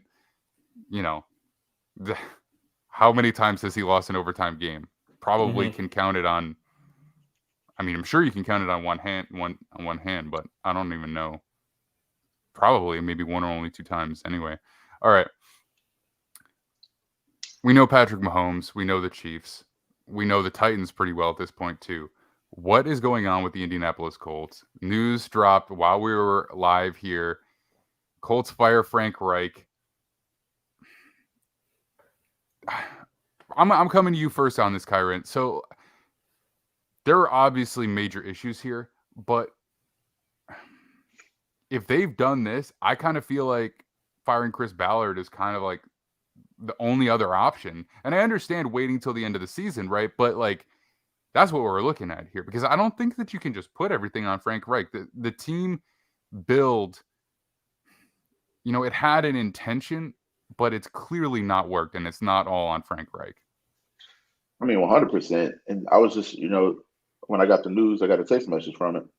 My guy was like 3 weeks ago, say what you want about the build of the team. Say what you want about Matt Ryan. I know he was the most sacked quarterback in the NFL. But they were sitting at 3-2-1 in first place in the AFC South, and then decided to just blow it up. I mean, I understand the future of the team. You have to look towards the future of the team, but for all intents and purposes, they were right there in the division. And still, even if you take them at present day, they still have a chance to literally win that division. It's an uphill battle because the Titans have come along. The Titans are on a 4-game, we're on a 4-game win streak, but they were literally sitting there in first place in the division and decided to just blow it up and tank. I don't really understand it. If you're going to do that, you should have done it from day one. It should have been an intense job, and you could do it a lot better than the way they did it. And more than anything, the biggest, take all the mumbo jumbo out of the way, take all the front office stuff, the head coach. The regression that offensive line has made is just like mind blowing. Like, I don't understand, especially somebody who like really keeps up and like really enjoys watching offensive line play. Even Quentin Nelson, he's still a top 5 guard in football. There's no doubt about that. But he's taken a step back this year, and he's seemingly healthy. It's been a weird offensive line year for them. You have 3 guys that should be Pro Bowl, all pro levels every year. You got Ryan Kelly, Quentin Nelson, and Braden Smith. Those 3 guys should ensure that your offensive line is at minimum solid, and they aren't that. They gave up 8 sacks yesterday and could have given up a couple more. I understand a little bit of that is on play calling, and Sam Ellinger, he's a young guy. I think that was his second start yesterday. But 8 sacks is inexcusable at any level of football. Like, the regression that they made there, it just kind of feels like everything's collapsing. And I think we need to talk about what most people won't talk about. Maybe just Irsay is the problem. And there needs to be a change somebody needs to buy the team. That won't happen. Nobody's going to give up an NFL team for free. You know how that goes. But Irsay isn't very good at what he does. I think we should just look at it from a macro point of view. And that is a bigger problem than anything, in my opinion. He solidified himself pretty well in the ownership landscape by going on the record and being the one that's like that Dan Snyder needs to sell his team, because that's something nobody wanted to say. But the NFL wanted, because we all know his dirt. His dirt's all out in the open. He doesn't have anything to expose. Everybody knows he's true. POS. Like, everybody knows all his stuff, all the drugs, getting caught doing all this stuff. Everybody already knows he's a piece of crap, so he can say it because his stuff is already out in the open. He don't have anything to lose. And that's great, but I'm just saying that he did the NFL owners a solid, so they're not going to be coming after him anytime soon. No, it's a huge deal for the NFL to be pushing an owner out. It's not going to happen where they're say, and I don't foresee him choosing that in any way. So I hear you, but it's kind of like that's probably never going to happen, and I just don't know how like important the conversation is. Like, we can comment on it, but I don't want to dwell on it because nothing's going to change as far as that goes. But I mean, Max, how do you feel about it? Kyron, I think you nailed it on the head. I think this is awful finger pointing. I think they're all pointing the finger at Frank Reich right now. You got to be pointing that finger at Chris Ballard. Chris Ballard has been tanking this team the past few years. That trade for Carson Wentz was horrific, and he got him off the books by a stroke of amazing luck that the Commanders were even dumber than the Colts were in trading for him. Chris Ballard is not doing a really good job building this team right now. And I think Frank Reich is a really, really good football coach. I think there's a lot of teams out there, maybe even the Panthers, that should be looking at that guy and hiring him. I think this is really bad finger pointing. Obviously, this has not been a very good season at all, but I think there have been a lot of excuses for why the Colts have been so bad this year. Namely, Matt Ryan has not worked out. And listen, Chris Ballard he can't find a quarterback. And until he does that, I don't care who the head coach is, they're going to struggle there. So I think Frank Reich is, kind of been the scapegoat of this so far. And I think that's very wrong to do. I think Chris Ballard should be the GM of the coach. That's got to be the guy you look at and be like, dude, the problems start with you. I don't think the problems start with Frank Reich. I think they start with Chris Ballard. You know how much of an assumption they made that offensive line was going to work out with the amount of investment that they made at the left tackle and right guard positions? Like, I had a little faith because I had thought that they had put together, a solid team based on some other moves, that they had a pretty good feeling about Pryor or whoever, or Fries or whoever they were putting in there. But like, if you just look at production, like based on what I personally had seen, I was so surprised that they made zero effort to shore up that, aside from a raw rookie in Bernard Ryman. Yeah. Like that, you cannot just assume that an offensive line is going to be okay. You know what I mean? And like, if you have a great quarterback, he can overcome some of that. But if your identity is running the football and being dominant on the offensive line, and you don't have that quarterback, I just don't see like how that was supposed to come together and make a good offense. I mean, I put a lot of trust in them, but clearly it didn't work. And like, anybody who looked at it prior to this actually like falling apart had those questions. So, you know what I mean? It's like, the only thing that's surprising is how wrong they were. Like, it's not surprising to anybody else. So, yeah, again, it comes down to the quarterback position. And look, Chris Ballard has swung and missed multiple times now. Since Peyton Manning left, basically, they can't find a quarterback. So Andrew Luck was great for them, obviously, but he retired. And yeah, he can't find a quarterback. And until that happens, like I said, I think Frank Reich was thrown on the bus here. I was really surprised by that. I think he's a very good football coach. I think a lot of teams should be looking at him to hire him as their next head football coach. I think this is wrong by the Colts to fire him. I think Chris Ballard's got to get all the blame. Most of the blame right now has got to go on Chris Ballard, in my opinion. Yeah, it's tough for offense.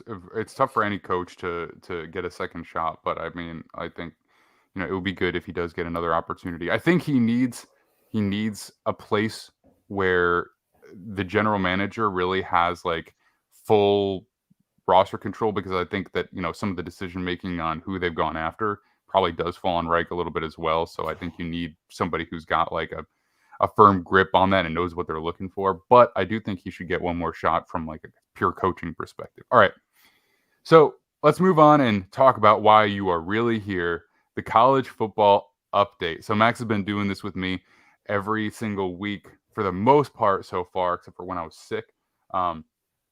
But now we're changing things up. We're going to be doing it on Monday live. And so basically, I just bring him in and he tells me what happened in college football. But now, for the first time, we actually have somebody else who is much more well-versed in college football than I am, in Kyron. Obviously, Kyron, Division I offensive lineman for Jacksonville State. So Kyron's a dude. He also played in the AFL. Max, I don't think you guys necessarily know each other. But yeah, Kyron is legit, and he follows college football very, very closely. He's had some insider scoops for us as well. So I'm going to let you guys go at it, man. So I just kind of want to see what it looks like when two people who actually know what they're talking about, enjoy the conversation. I'll just sit back. So first of all, Max, just let us know what stood out to you from college football this past week. Obviously, a couple of really big SEC games. It's amazing that we're this far into the season, and I feel like we still don't know anything. It's just the college football playoff picture is just getting murkier and murkier by the week. The Heisman race is getting murkier by the week. I mean, we're 75% of the way through the season right now. And I think that it's still wide open. Now, of course, there are some big games left in the regular season. Obviously, conference championship week will clear up a lot too. But yeah, there's a lot that changed. Alabama is practically out of the playoff picture now after their overtime loss to LSU. Georgia, I think, really established themselves as, they're the best team in college football. They dominated Tennessee in that win. I know it was only a 14-point victory. It was a lot worse than that, honestly. They really, really neutralized Hendon Hooker and that explosive Tennessee offense. So, yeah, Clemson is probably out of the playoff picture now. I do see there's some scenarios, maybe if chaos happens, where they can sneak in again, but Notre Dame dominated them in that win too. So there are a lot of top teams that didn't really look like top teams this weekend. And like I said, the next few weeks are going to tell us a lot. But right now, I mean, it is still wide open for the final 4 teams and still wide open, honestly, for the Heisman race too. Yeah, Kyron, what are your thoughts? I mean, I kind of know how you feel it should go, but sometimes the way you feel it should go and how you expect it to go are a little bit different, especially, when it comes to award selection and the fact that the college football playoff is decided rather than won, so to speak. So, how do you feel about how the season's unfolded in this past weekend? I mean, I think it's gone pretty much how a lot of people thought it would. I mean, you look at the teams at the top. The teams at the top are pretty much all the teams everyone expected to be there. As far as who wins out, the conference championships are going to decide a lot of things this year. In years past, they haven't really meant the bunch. There's just been, okay, Alabama and Georgia playing. They're both going to be in the playoff. Just which seed are they going to be? But the conference championships and the actual rivalry games this year are going to decide a lot. So I think for the first time in about 4 or 5 years, those games are actually going to mean a lot. But other than that, the teams at the top are still the teams at the top. And it's funny, like, I think you might get a 2-loss team in the playoff this year. If you look at how many teams are left to play each other. You still have Ohio State and Michigan have to play each other. Then I don't think anybody from the other side of the Big Ten is going to be a real challenge in the the Big Ten championship game. But there's a chance for another loss there. The Pac-12 is about to beat up on each other here in a second. They have a lot of highly ranked teams, but all those teams still have to play each other. The Big 12 is Judgment Day for TCU. They've been hanging on by the skin of their teeth against not very good teams. And Oklahoma State fell off tremendously. I was never that high on them because I just don't believe in Spencer Sanders. I never thought he was that great. When it's time to win big ball games, I didn't really believe in them. But in no way did I predict them falling off the way they have 3 weeks in a row, getting just embarrassed. But they've kind of wiped themselves out. Oklahoma's out. Texas is still fighting for a chance to get to the Big 12 title game. If they can beat TCU, the Big 12 gets shaken up in a tremendous way next week because people already don't believe in TCU. They can't afford to lose one time. They'll be out. A 2-loss SEC team would get in over a 1-loss TCU team, even if they were to win the Big 12 title at the end of it. The ACC is kind of pretty much eliminated themselves. Nobody from the ACC is going to have a legitimate chance. It's just been really shaken up in a way that I don't really. This is the first year, and I'm never this guy because I hate the idea of an expanded playoff. But this might be the first year where I actually think that it could be, actually needed. I don't think there's, you can kind of chime in here, Max. I don't think there's more than 4 or 5 good teams in college football. Yeah, it's tough. Like, you look at it right now, and it's like Georgia's the class, and I want to see Ohio State's offense go against that, especially with Jackson Smith and Jigba, who hopefully gets healthy soon and returns for them. He shouldn't play another down. I don't think he should. He's going to be a first-round pick, I think, either way. But, I mean, you add him to that offense with Marvin Harrison Jr., who's already the best receiver in college football, in my opinion. Emeka Egbuka's been absolutely fantastic. C.J. Stroud, obviously, we know how good he is. I mean, that offense could give Georgia some troubles. But, yeah, you're right, Kyron. Like, it is one team right now. I see Georgia at the top. I see Ohio State maybe giving them some issues. Michigan as well with that rushing attack. But it's tough to make a case for many teams being, they have a shot at winning it all this year. Because Georgia, like I said, just they look like the team this year. They look like all around. They look fantastic. I kind of hope we get Georgia, Tennessee, because I think Alabama probably wins out, probably finishes at 10-2. They'll probably finish somewhere like 6 or 7. They probably won't. They'll be there at the end, and they're still as good as anybody, but they probably are not going to get in based off of that. Mm-hmm. But the Georgia game wasn't as dominant as people. They started dominant, but I want people to go back, and I don't know if people have access to these games, but go back and watch that game. Hendon Hooker played his worst game of the year by far. Yeah. There were wide open throws. There was 3 or 4 touchdown plays that he just flat out missed. Mm-hmm. The complexity of the game completely changes on those couple plays. What you do have to do is give Georgia's defense credit. They got after him. I thought Tennessee's offensive line held up pretty damn good, to be honest, against those monsters from Georgia. But those missed throws and those just the worst times. We've been seeing them connect. And I said it, I did some stuff with some other, organizations. And I was like, we haven't seen Tennessee have to make those tough throws. They've been schemed so wide open that it's easy to do. Heupel and company have been doing a fantastic job. We haven't seen them. I picked Georgia to win by 14, Everybody I picked them to win by 16. And everybody called me crazy last week. They're calling me stupid. And I'm like, no, I'm telling you, I've seen this movie a million times. It's the same thing that happened against Alabama and Georgia last year in the SEC championship. I'm like, Georgia hadn't played anybody with enough speed to take the top off of defense because they sit there in those two highs and they don't rush anybody. They expect those four to get home, and you can't do that against a guy like Bryce Young. He's too good, too smart. He'll find the guys, especially when you had Jameson Williams and John Mechie and those guys.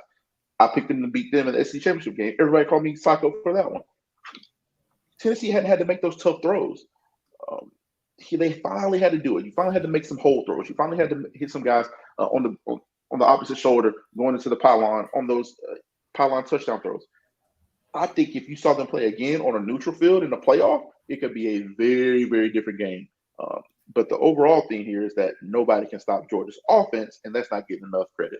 Yeah, 1,000%. They're not getting enough credit at all. I mean, you look at that offense. Last year the defense, one of the best defenses in college football history, and you're like, okay, now the offense has got to step up because I think it was 9 defensive players they had drafted last year, like 4 of them in the first round.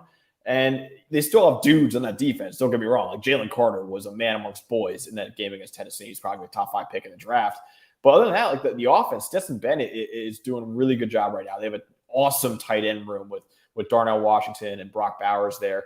Really, really good offensise line as well, Kyron, which I know you can attest to. Like that Georgia offense is they're stepping up, man. They're stepping up, and they need to this year to have a shot at a national title because defense is still elite, but it's not going to carry you to a championship. That offense is really stepping up and has been one of the best offenses in college football. Statistically, they are the best offense in college football now. They were number 2 going into last week in total offense, and they were number 6 in scoring offense. They're going to take a little bit step back in the scoring, but they're going to be number 1 in total offense right now. It's absolutely insane when you think about how good that offensive line is. Sid Van Pran should win the Remington this year. He's the best center in college football. Broderick Jones, I think he should be a late first rounder. I think a team like the Kansas City Chiefs, can you imagine adding Broderick Jones at right tackle for them? He's going to go to a really good team because the tackle class is so heavy this year with really good talent. I don't think you have any, elite tackle prospects, but there's about Jets. But you have about 4 or 5 guys that are going to go first round. Maybe you can squeak in another one on the back end. But I think a guy like Broderick Jones, he goes to a Kansas City Chiefs and you bump him out to right tackle. I mean, he's incredible. Brock Bowers, for my money, and we can move on here in a second, but I came out and said it last week or 2 weeks ago. He's the best tight end I've ever seen in college football. Yep. The only guy that I've seen in my lifetime that can compare Kellen Winslow when he was, I know we shouldn't talk, redacted. We'll say redacted from Miami Hurricanes and Jeremy Shockey. Those two are the only two that have a valid case. Kyle Pitts was out wide way too much. He was essentially playing slot receiver half the time. And then when you look at a guy like I'm drawing a blank. Aaron Hernandez, the production wasn't there enough. He was more of an H-back auxiliary type player. Still an incredible player, but Brock Bowers is the best I've ever seen. And Darnell Washington ain't far behind. That dude's insane. Like he's a cyborg. But I say all that to say, Darnell Washington's a third offensive tackle basically for them. Like how good he is as a run blocker is ridiculous. It's what's insane? You say that, and that's 100% correct. And he still averages. It's by 0.2 of a point, but he still averages more yards per catch than Brock Bowers. He's averaging 17 yards per catch. It's insane. Yeah, he's like a 270-pound tight end that's still like a crazy athlete too after the catch. He's going to make an NFL team very, very happy next year. He's a guy that I think should be near the top of the tight end class. I want to can we kind of pivot here, Max? I want to kind of ask him a question because we got another college guy here. Okay, so look, I will just say, please, yes, do. The one thing I want to get out of you guys before we move on is basically this week's updated playoff prediction and Heisman prediction for both of you. But we have time for that. Yeah. Okay, perfect. So, then we're on the same page here. Listen, you said the Heisman race is still wide open. No, the hell it's not. I already know what you guys agree on this. I'm pretty sure. Bo Nix is the clear-cut Heisman front runner. Bo Nix is the clear-cut Heisman front runner, and there shouldn't be much debate about it. Hendon Hooker kind of took himself out of the paint yesterday. I mean, Bryce Young, as great as he is, they have 2 losses now. We know how that goes. It doesn't always go to the best player. It goes to the best player on the best, most successful team, or the guy who just puts up the most gaudy numbers possible that you have to give it to him. Who else is it? C.J. Stroud's putting up good numbers, but he's put up 2 stinkers back to back. Like the Penn State game, the box score looked good at the end, but if you watch that game, that was nowhere near his best game. And I really like C.J. Stroud. He's probably going to be the number 1 overall pick. But you can't go 10 for 26 for 76 yards against Northwestern and be the Heisman front runner right now. I mean, you just can't. Caleb Williams, do we give him more credit than we should? I think he shouldn't even be in the conversation right now. Who have they beat? Their best win is on the road at Oregon State. Bo Nix has beaten 3 ranked teams since then. He leads the NCAA in total touchdowns. He has 23 rushing touchdowns, 23 passing touchdowns, 11 rushing touchdowns. He leads the NCAA in points scored, total offense. I mean, they're sitting there at 8-1, number 8 in the country, on an 8-game win streak. How is he not the front runner? I thought you were going to be a Bryce Young guy because, like, you're a Bama guy. You're a big Bama guy. Bryce Young is the best player, no question about it. Yeah, no question about it. But I'm just being a realist here. And even we'll talk about Bama in a second because I'm a Bama guy through and through. But Bo Nix has to be the front runner right now. Like, only other guy that I will say has a legit argument is Drake May. But who else? But who have they played? Yeah, that's fair. I think Drake May, I would say, is playing better than almost any quarterback in college football right now. I do agree Bryce Young has been absolutely ridiculous. But unfortunately, like you mentioned, Kyron, it's a narrative award. Right. And, Bryce Young has really no shot when you have 2 losses. I personally probably would give my vote to Drake May. I do think he can beat Clemson in the ACC title game. They're a 1-loss team. I don't think they really have a real shot at the playoff, but who knows if chaos happens. Drake May, I think, has been the best quarterback in college football this year so far. But, yeah, Bo Nix is up there. Bo Nix has made a comeback, that has been unbelievable. He wasn't that great at Auburn. He had his moments. And then obviously that Georgia game was hideous. But after that, like, they've been on fire, like you mentioned. And yeah, I think Bo Nix is certainly in there. I would still put Caleb Williams in there too. Hendon Hooker, I think, is not out of it yet. And CJ Stroud, Kyron, I don't know how you feel about this, but CJ Stroud, I think, has played really well this year. I do think a lot of that has to do with how good that offense is and how many open throws he has with those receivers and that amazing scheme. CJ Stroud's played great. I just don't think he's had to carry the load as much as some of these other top quarterbacks have. I mean, yeah, there's no doubt about that. And that's one thing that I would always that I was hounding the horn about, but now I don't have to. I think there's been enough football. There's been enough examples. There's been enough moments. That's why Brian Kelly went for 2 against Alabama. Mm-hmm. He didn't. You can't put the ball back in Bryce Young's hand. No.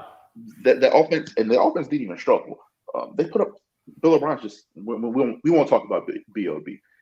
Jahmyr Gibbs is averaging. He was averaging like 6.1 yards per carry. Jason McClellan was averaging 4.3 yards per carry, and those guys only had 19 touches. But you threw the ball 51 times on the road in Death Valley. Make it make sense. I mean, just ineptitude. And they still want. My thing with Bama is that, and I might as well just go ahead and talk about it here. Everybody, Bama fans and the rest of the country, are just losing their minds right now. But Bama has 2 losses. Oh my God! Look at who they lost to and how they lost. They lost to Tennessee on the road.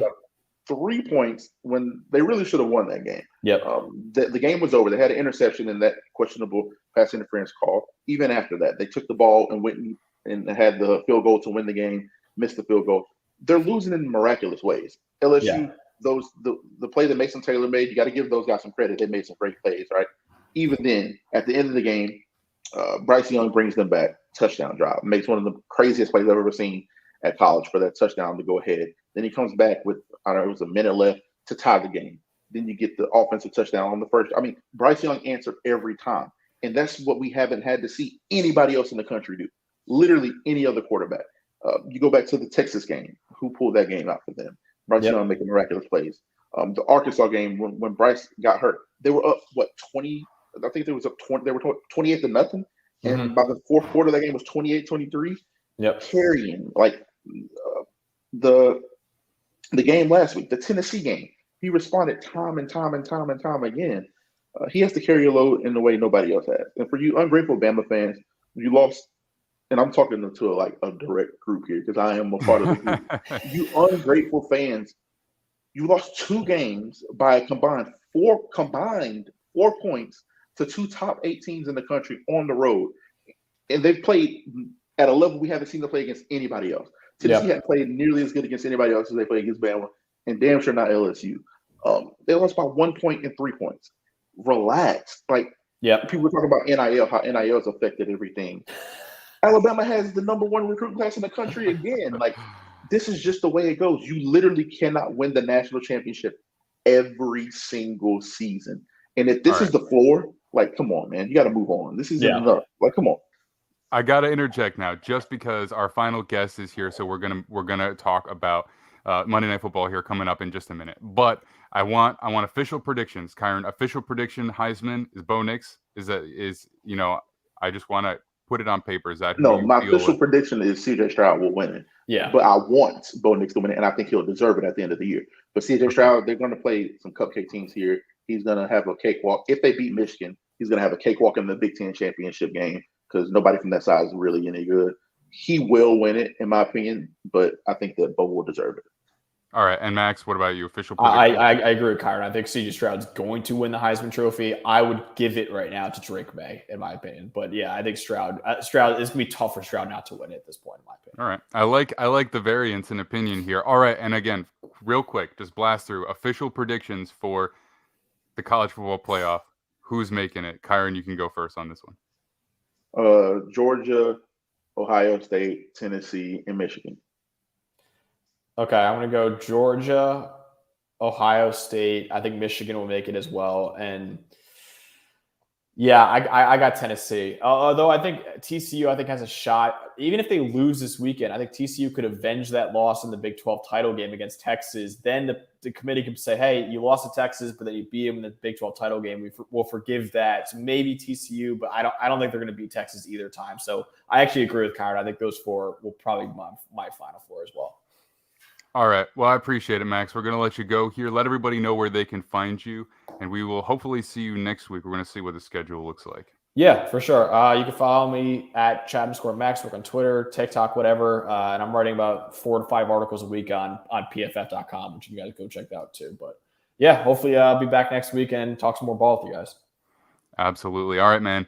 We will see you very shortly, and we are welcoming Ryan Splash Potts from uSTADIUM. What's up, Splash? How's it going, fellas? It's going well. It's going well. So Splash is the content czar over at uSTADIUM. He's been on the show a couple of different times. Obviously, this is his first time joining us live.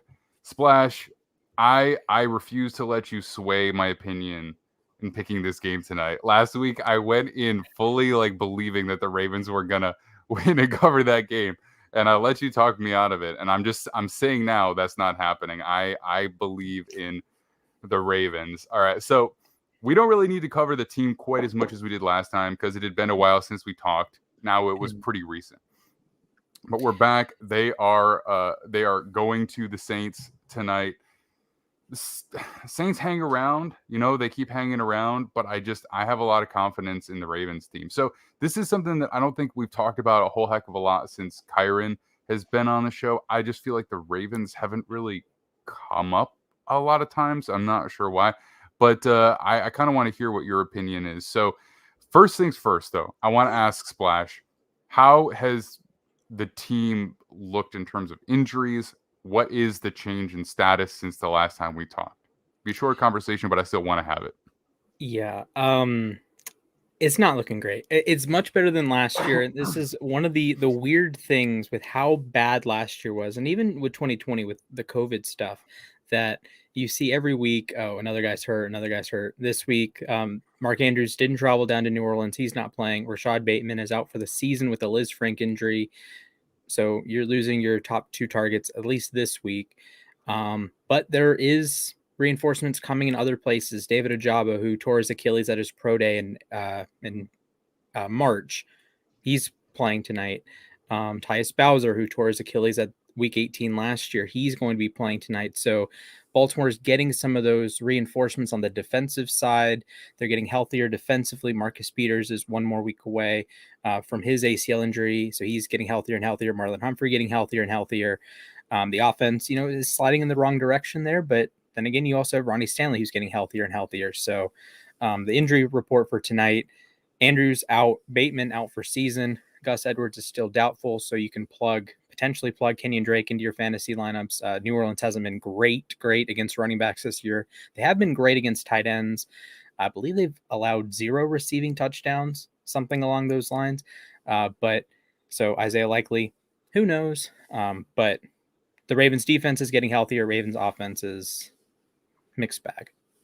So, Kyron, if you're entering this game and you know everything that we've just talked about, we know that the number one receiving option for them is not going to be available. What's your offensive approach? Like, if you're John Harbaugh or you're sitting down with John Harbaugh and you're planning your offensive strategy for this game, what are you trying to do here?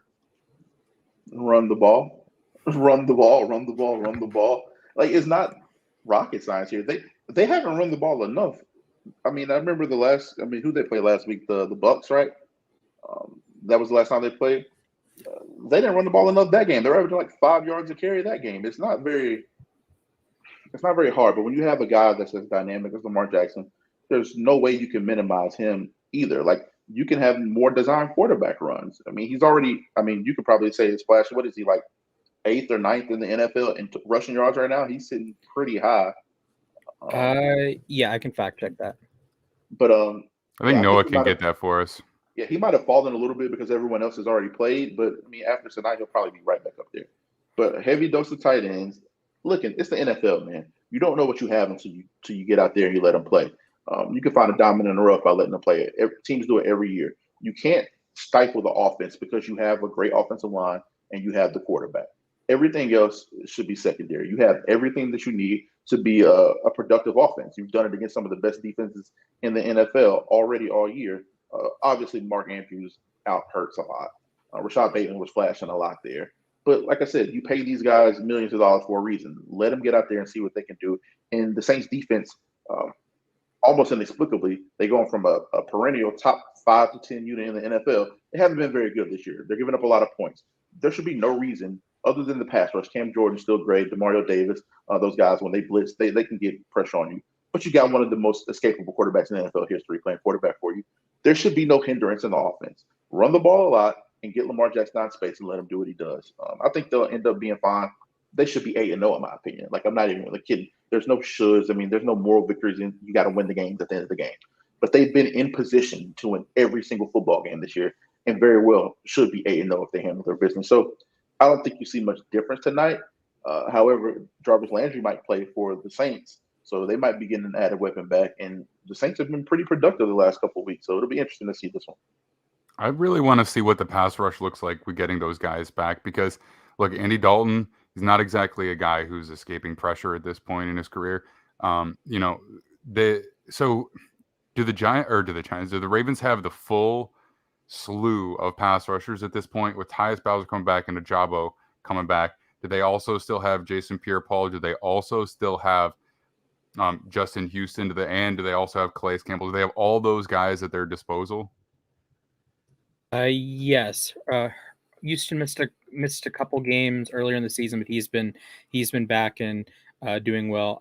I believe JPP has been on the injury report this week, and Calais is always on the injury report just with the rest and whatnot, and because he's 35. So the pass rush is as healthy as it's been. The only missing piece is Michael Pierce, and he's more of like a run stopper, pocket pusher type on the interior. But this week, Bowser is a full participant in practice. Calais Campbell's sitting out with rest. So is Justin Houston. Ajabo has been a full participant. And Jason Pierre-Paul did not practice with rest. So everyone's healthy. And it's as good as it's going to get for a while. If Michael Pierce can come back at the end of the season, add that extra. What's his timetable? I believe like a week 16 potential return around there. He's one of the more underrated players as far as interior, just stopping the run. I mean, he's as good as anybody in the NFL. So he's definitely a missing piece that you'll want for the playoffs. So he's a hometown guy as well. Played against him in high school, and we grew up together. I hadn't talked to him in a couple of months, but damn good football player. One of the more underrated football players in the National Football League. But he's underrated to the public, but he's been paid 2 or 3 times now. So NFL teams see his value. So everybody in the league circles know how good he is. But I'm interested to see this team because nobody's talking about the Ravens in the AFC playoff picture. Everybody's just like, oh, it's a formality. We're getting Chiefs Bills. I don't think it is. Like, this team is as good as anybody in the NFL. And I think that the more the season goes on and the more you kind of establish, health permitting, because that's the big thing, the more you kind of establish the run and find out who's going to be your guy, your workhorse at running back, they can play with anybody on the road as well. I would have a lot of faith in them in those cold games when it has to be one ugly and gritty. They're a team that can win ugly and gritty. I think they need a little bit more love for sure. Well, I mean, I've always been a big fan of how the Ravens do things, and I think it is just a little bit of probably a combination of last year, the injuries kind of taking them out of things, and then this year they haven't closed out some games. So we talked about this last time, Splash, that Lamar just doesn't look like the other quarterbacks when we think of the top elite quarterbacks, and I think it's not that people aren't aware, but I think they kind of forget more than anything else because we've seen them be so good. But here's something I want to talk about. Roquan Smith is now a part of the Baltimore Ravens. And we talked a little bit about Patrick Queen and how to ideally use him.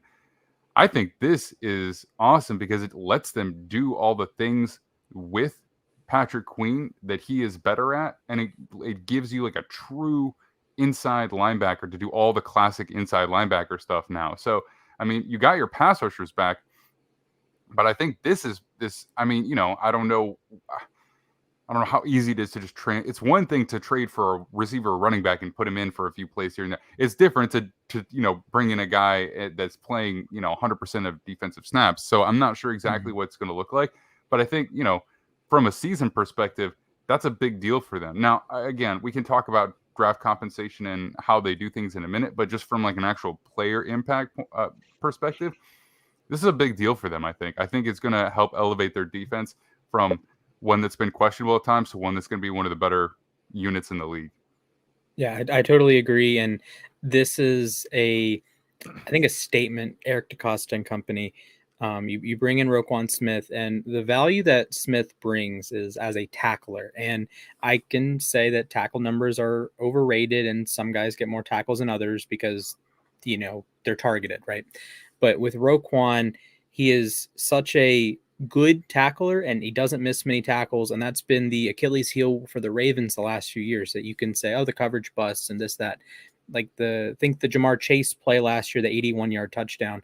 That doesn't happen if Marlon Humphrey makes a tackle, right? So you have these big plays that get blown up even bigger because a defensive back misses a tackle. Patrick Queen misses a tackle. Someone misses a tackle. And Roquan has been one of the best tacklers in the NFL his entire career. As of right now, his missed tackle rate would be the second lowest on the Ravens among guys with more than like 120 snaps, Marcus Williams.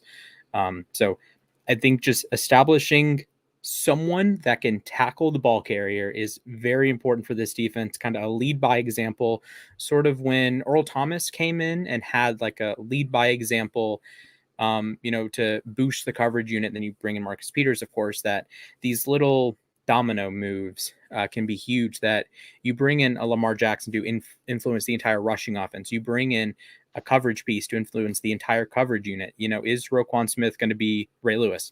Probably not, but he can make, Queen a little bit better. He can make Malik Harrison a little bit better. He can make the coverage unit a little bit better. He can make the run defense a little bit better. So I think that's the value in Queen, or that's the value in Roquan, that he's going to make the tackles.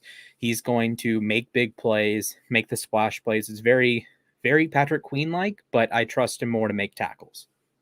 Yeah, well, I mean, we talked about it earlier, Kyron, about how well CJ Mosley's playing. They have been missing a guy like this since CJ Mosley left in free agency.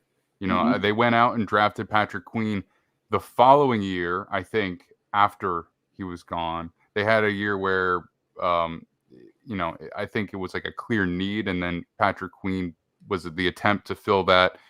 It hasn't ever quite manifested there, but this is the guy who brings the unity to what should be a very good defensive unit. So Kyron, as our this got some weird news. Will remind me we'll talk about it right then. Okay, all right. That so as our official offensive lineman of the show, if you are the Saints offensive line, how are you approaching dealing with this slew of pass rushers who have suddenly become healthy and who are, we've got these young veteran or these young talented guys like Ajabo, you got and Owe. Owe is there too. We didn't even talk about him. Is he still there too? Right? Like man, they're deep. And so then you got blitzing Patrick Queen. How, as the Saints offensive line, do you deal with that? Well, you shouldn't put it on them. There's no way you can possibly drop back, go 5-step, 7-step drops 30, 40 times a game against these guys. But the good thing is that they have the receivers, especially if Jarvis Landry is going to come back tonight with Olave, Jarvis Landry. Alvin Kamara is an incredible threat out of the backfield. Screens and quick game should be at a premium today. You need to stay ahead of the chains for one. So running on early downs and then getting the screens and quick game going after you start to run the ball a little bit. I don't think you just come out there and just do it right away. But establish the run a little bit, and I don't care if it's 3 yards. 2nd and 7 is better than 2nd and 10. We all know this. And then quick game, getting the ball out to those possession receivers, and then take your shots. Play action over the top after you've established that. And I think the Saints offense has been perfectly fine this year. They found ways to score points, and I think they'll continue to do it. And I think the offensive line has actually been better than most people thought they would, especially losing their first-round draft pick, Trevor Penning, in the preseason. So I think the offensive line has been pretty good. I think it's been above average for sure. I'd say they're probably in that 8 to 12, it's an 8 to 14 range as far as we're just ranking them in the NFL. But I think they'll be fine. But you do have to help them out because the Ravens front is extremely deep, probably more deep than anybody else. There is no break. I know a lot of guys, like you can use the Dolphins, for example. I'm a Dolphins guy. The top guys are really good, but there's a considerable drop-off. The Ravens don't have that problem, especially now. You went out and got JPP. David Ajabo is coming back. Like you said, there's no question they're as deep as anyone, probably the deepest. So help them out a little bit, but I think they'll be okay. I think it's going to come down to the turnover battle. Who wins the turnover battle wins this game, and who wins the time of possession wins this game. Because both offenses are so good. Control the ball, score when you have the ball, don't turn it over. You should be okay. Well, I mean, do you think that they're going to be able to run the ball effectively? Because, we talk about Michael Pierce not being there, but the guy that they drafted out of UConn, I mean, he's still healthy, right? I'm sorry, Max. I had to say this. I think I just saw. Yeah, I just saw it too. Whoa. Huh. Yeah. Wow. Kyron, go ahead. No. I just I've been looking at my phone. I should have looked at it. They told me 5 minutes ago. Wow. This is a random signing, but I think that it's actually like really good, right? You kind of see it. I hate to compare it to like college football, but you see what Cadillac Williams and Auburn, they bring in a guy, a former player, somebody that the guys can just rally around for the interim. What better guy, especially if you're in tank mode, right, than a Jeff Saturday who gets Colts culture, who can the community rally behind more than somebody like Jeff Saturday. Peyton Manning is the only guy that I can think of. But Jeff Saturday knows football one. If he can't help to fix some of those, or at least alleviate some of those offensive line problems, then probably not many people can. He's going to be respected from day one. He understands the grind. A lot of coaches are former players, but a lot of coaches played in a different time period. He isn't too far removed from being an actual NFL player, so he can relate and understand to the grind and the way the world is now. A lot of these NFL coaches are 50 plus in their 60s, older guys, right? Can't really relate to how the world is now. Jeff Saturday's not going to have a problem like that. So I think this is it's funny because it's like out of left field. He's leaving the analyst booth to come coach, but the guy knows football. There's no doubt about that. He knows people. Everybody loves him. He was one of the most renowned teammates. I mean, he was in the NFL at the same time as my uncle was. And I can tell you there's not many people that are more respected around the league circles than him. So this is a funny situation because what if he gets in there and they do pretty well and he kind of turns that around? Like, do you stick with a guy like this that has no head coaching experience at all and just roll with him if they're doing well? I mean, it's an interesting dichotomy here because he's a football guy, but he ain't a football coach yet. So it's funny because we're going to get to see a guy thrusted into the head coaching position that's never coached before. I mean, and then if this is wild, and we will finish our conversation on Monday Night Football here in just a second, but I don't think I've ever seen anything quite like this before. you bring him in, and for this move to have happened, for sure, he sat with Irsay and said, these are the problems with the offensive line, and I have a belief that I can help that. Because I think that has to be part of this conversation, right? Like, this has to be part of that conversation, because I'm not sure it fully makes sense otherwise. But the thing I want to know now, with the veteran kind of guy he was, does he have patience for a player like Sam Ehlinger, or are they going right back to Matt Ryan as soon as he's healthy now? Because he seems like and again, I don't have like an intimate knowledge of Jeff Saturday, but he seems like the kind of guy that would go right back to Matt Ryan and be like, I want this guy who knows what we're doing to get us through the rest of the season. I mean, what do you think about that? You go first, Splash. I'm responding right now. I gotta. Yeah, I think that's a very fair thing. That you have a Jeff Saturday who played with Peyton Manning, believe played with Aaron Rodgers as well. So he's played with some of the greats. He's played with these veteran quarterbacks. So you can maybe make the angle of, hey, as soon as Matt Ryan's healthy, we should go back to him because he gives us the best chance to win. But you can also look at it from a, you at least you want to see if Sam Ehlinger has like the bullets. Like, he didn't look that fish out of water against Washington a couple weeks ago. Just a bit of a vanilla game plan. Yesterday, I think like Matt Judon's going to win Defensive Player of the Year just because he played the Colts once, and Josh Uche is going to be an All-Pro this year because he played the Colts once. Like, it was that kind of bad of a game. I'm going to make a weird comparison. It's like when the Bills played the Texans last year and the entire linebacker core looked like prime Ray Lewis. That kind of game for New England yesterday. So if I'm Indianapolis, I think Matt Ryan does give you the best chance of winning, but you also fall on the sword there. And I think if you're Chris Ballard, right, and you're thinking, if you go with Ehlinger, you probably have another year. You can get another quarterback, whether that's through the draft or you get Jared Goff or whatever, right? Or you go with Matt Ryan and both of you fall on the sword when you inevitably miss the playoffs because for some reason you can't beat the Tennessee Titans. So I think it's just a matter of how Chris Ballard feels. I think Saturday's going to have an input there, but I think you get either Ballard and Matt Ryan are gone and they go out together in a blaze of glory, aka 6-9 or 6-10-1, or you go with Ehlinger, you go like 4-12-1, and you get a decent draft pick.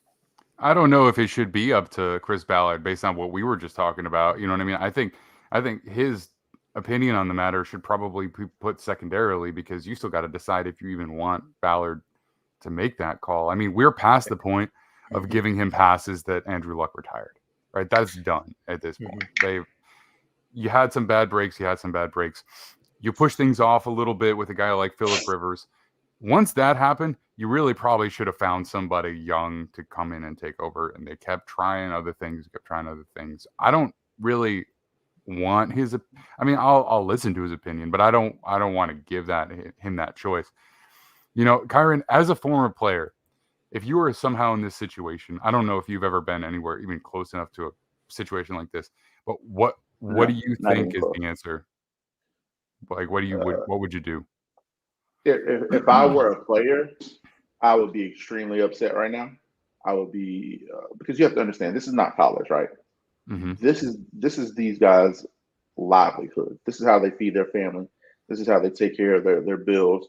This is how they live as a human being on planet Earth right now. Like, it's that serious for these people. So it's a transitional period for the organization. But if I'm taking a step back and thinking from the player point of view, imagine being a wide receiver in a contract year on this team. Imagine being an offensive lineman or rookie offensive lineman that the rest of your career is going to be stamped on playing way before your time, before you're ready and developed to play based off of this team situation. Imagine being Matt Ryan, leaving the Atlanta Falcons and leaving that organization that looks pretty damn good right now.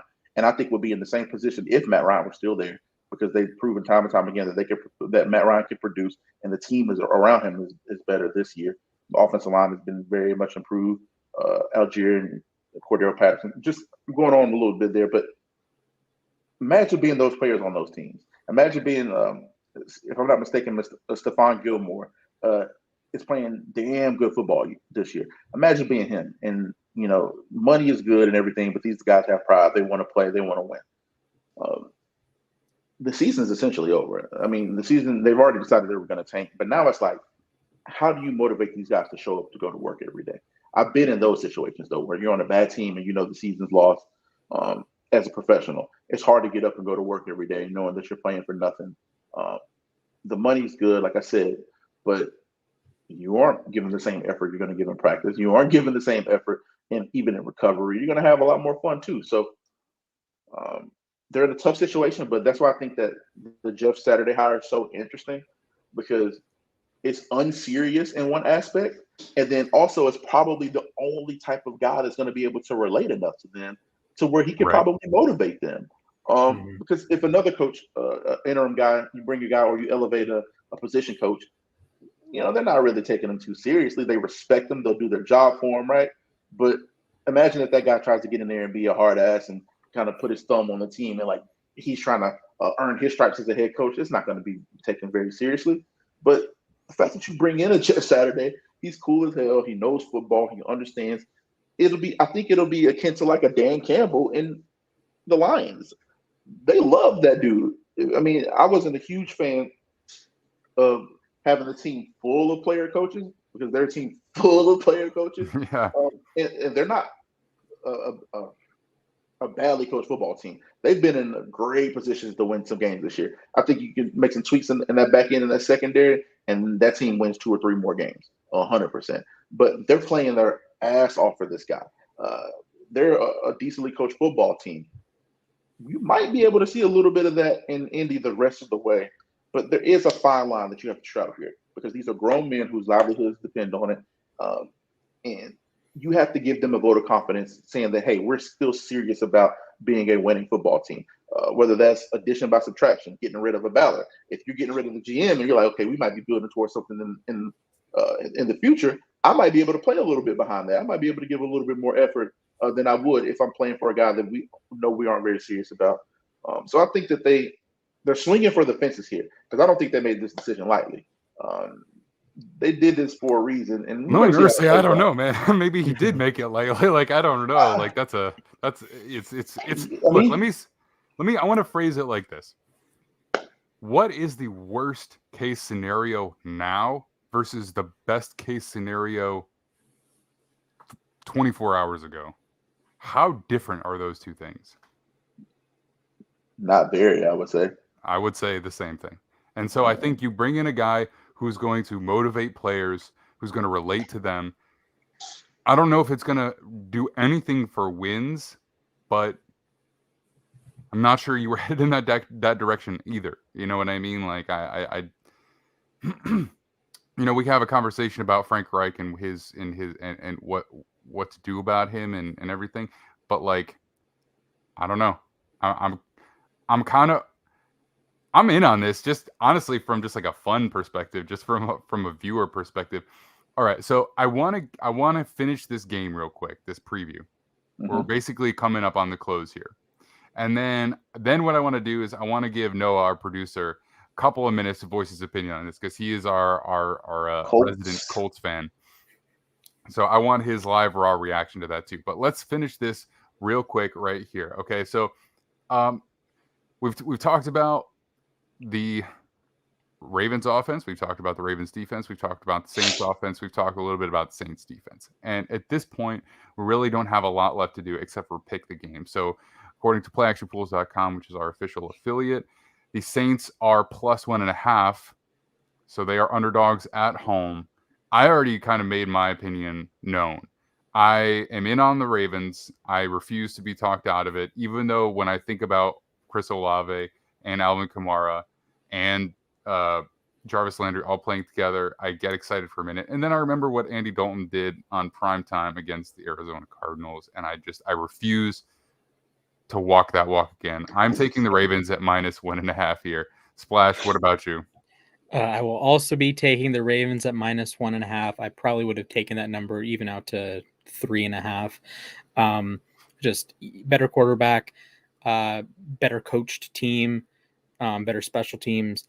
I do think you have a sort of that element of Isaiah Likely can breakout game, Devin Duvernay breakout game, that sort of deal. No Marshawn Lattimore for New Orleans tonight. So I will take the Ravens. I have them in my pick'em pool. If they win, I win the pool this week. If they lose, maybe I'll throw in a hedge bet somewhere and take Saints plus 1.5. But that's going to be an ulterior thing. But I will take Baltimore tonight. Yeah, I'm of the same mind. I think Baltimore wins big. I don't think it's very close. If I had to give a score prediction, I'd say it'll be like 28-17 would be my prediction. I think they win pretty handily, and I think that's a safe pick. I don't know. I mean, I think they're going to need something like a special team score or a defensive score, because without Mark Andrews, I just don't have the confidence that they're just going to, I think they're going to get it done. But I don't think that – I think without him, he is their primary offensive weapon outside of Lamar. I think missing him, the score is closer, but I'm comfortable with 1.5. That I am definitely comfortable with. All right, Splash, you want to hang out here for a second while we hear from Noah and our final? Sure, I can. All right, Noah, you can bring yourself in. What's up, guys? You hear me all right? Yes, sir. All right, how do we feel about how this day has unfolded? I honestly did not imagine any of this happening while we were on stream.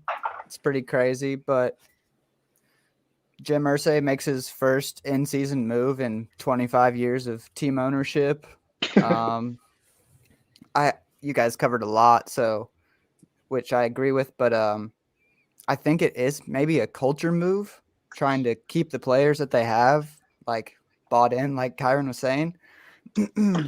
We passed up 2 former head coaches in John Fox and Gus Bradley. So yeah, it's definitely not an experience thing that we're going with here.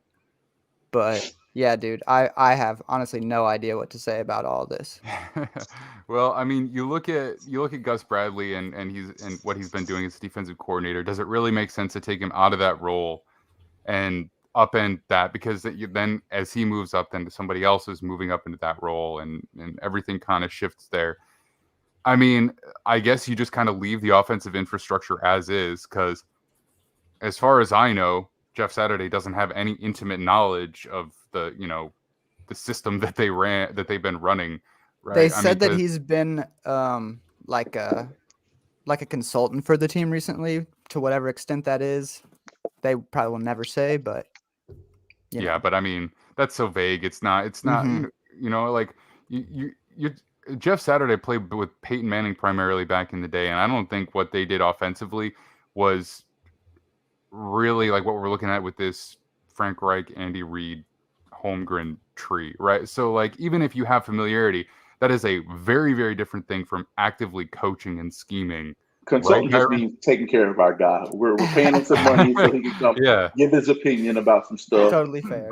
I mean, yeah, that means I'm coming to give you my opinion on this guy. You're like, hey, come watch this film on this guy. Let's see what he's doing. Come to practice. Look at this kid. See what he has. What can we tweak here? It's a way to take care of the guys that took care of you. But like I said earlier, if there's anybody that does have the football acumen and knowledge, especially in the trenches, I mean, I don't think people understand how integral Jeff Saturday was to those Colts offenses. Yeah. Peyton Manning didn't have to think. I mean, there's a viral clip that goes viral every year where Peyton and Jeff are getting in each other's faces because Jeff is changing the calls.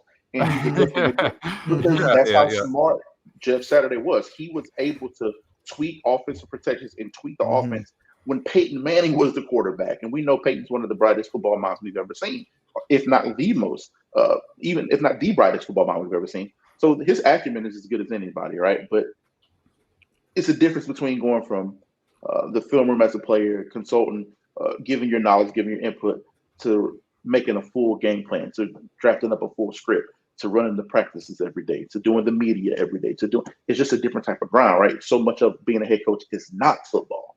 And I don't think that's something that he's been adjusted to yet. But he has been in the media, so he is media trained. He's been an analyst. He's played the game before. So it's like unfamiliar and familiar in the same breath. It's different because of the position that he's in, being in that situation. But he's been in these situations as a player and as an analyst, as a consultant. So it's funny. The more I talk about it, the more I'm talking myself into the idea of loving what they just did. Because it's just like, you know what? And this is only something that Jim Irsay would do. Only Jim Irsay. Like, we were just talking about him, but only Irsay would pull a move like this. But I'm about to have to leave here in a second, guys. But I did want to. All of us, I think. I remember that. I told y'all to remind me about the news. I won't obviously can't reveal the source, but there could be some shakeup on that defensive staff in Miami very soon, is what I'm hearing. Could be. They're entertaining it. So that could be big news for the rest of the NFL. So hopefully, I won't say hopefully because that's somebody's livelihood, but hopefully they get the defense fixed, because that'll be a different team. And who would have thought, me and Max to be sitting here getting ready, our teams are getting ready to go off for AFC East title, huh? Yeah, that is, man, look, it will be cool. It will be fun, because it's been a long time since the Jets have been good. It's been a long time since the Dolphins have been really good. They've been on the verge forever. The Jets have been terrible forever. So it'll be fun to see, because I also have no doubt that the Dolphins are not super happy with how that game played out versus the Jets. So we could see some fireworks when they come together. All right, guys, I want to let all of you go. I got to go. First of all, I'm going to say, Noah, real quick, thanks for doing all you do as our producer. I want to let everybody know real quick where they can find you and your work. Yep, you guys can find me, like it says, up here at noashtraysports.com. You can also find me writing Colts content at gridironheroics.com. All right, cool. And Splash, you are the content czar over at uSTADIUM, but you also have some other stuff going on. Why don't you let everybody know? Yeah, absolutely. So Instagram, Splash Rants, back on the TikTok game. So you can check out my TikToks at Splash Rants or at uSTADIUM. Twitter, at Mr. Splashman19. I write for Overtime Heroics, .com, talkingvegas.com.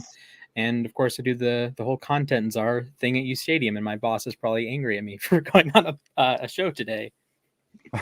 Sorry about that. And then Kyron, of course, you're all over the place, man. You do just about everything, but why don't you give people the rundown on that? Oh yeah, so do a little bit of writing for Gridiron Heroics and some other freelance stuff that I'm doing with some other people.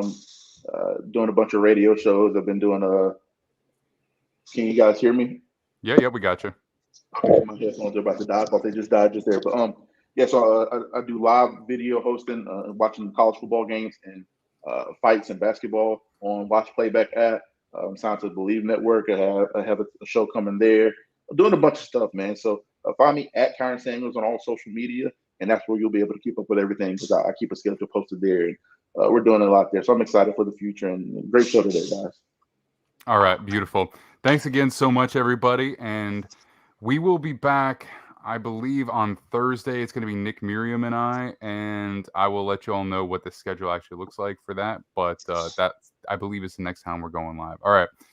We will see you all very soon. Thank you, guys.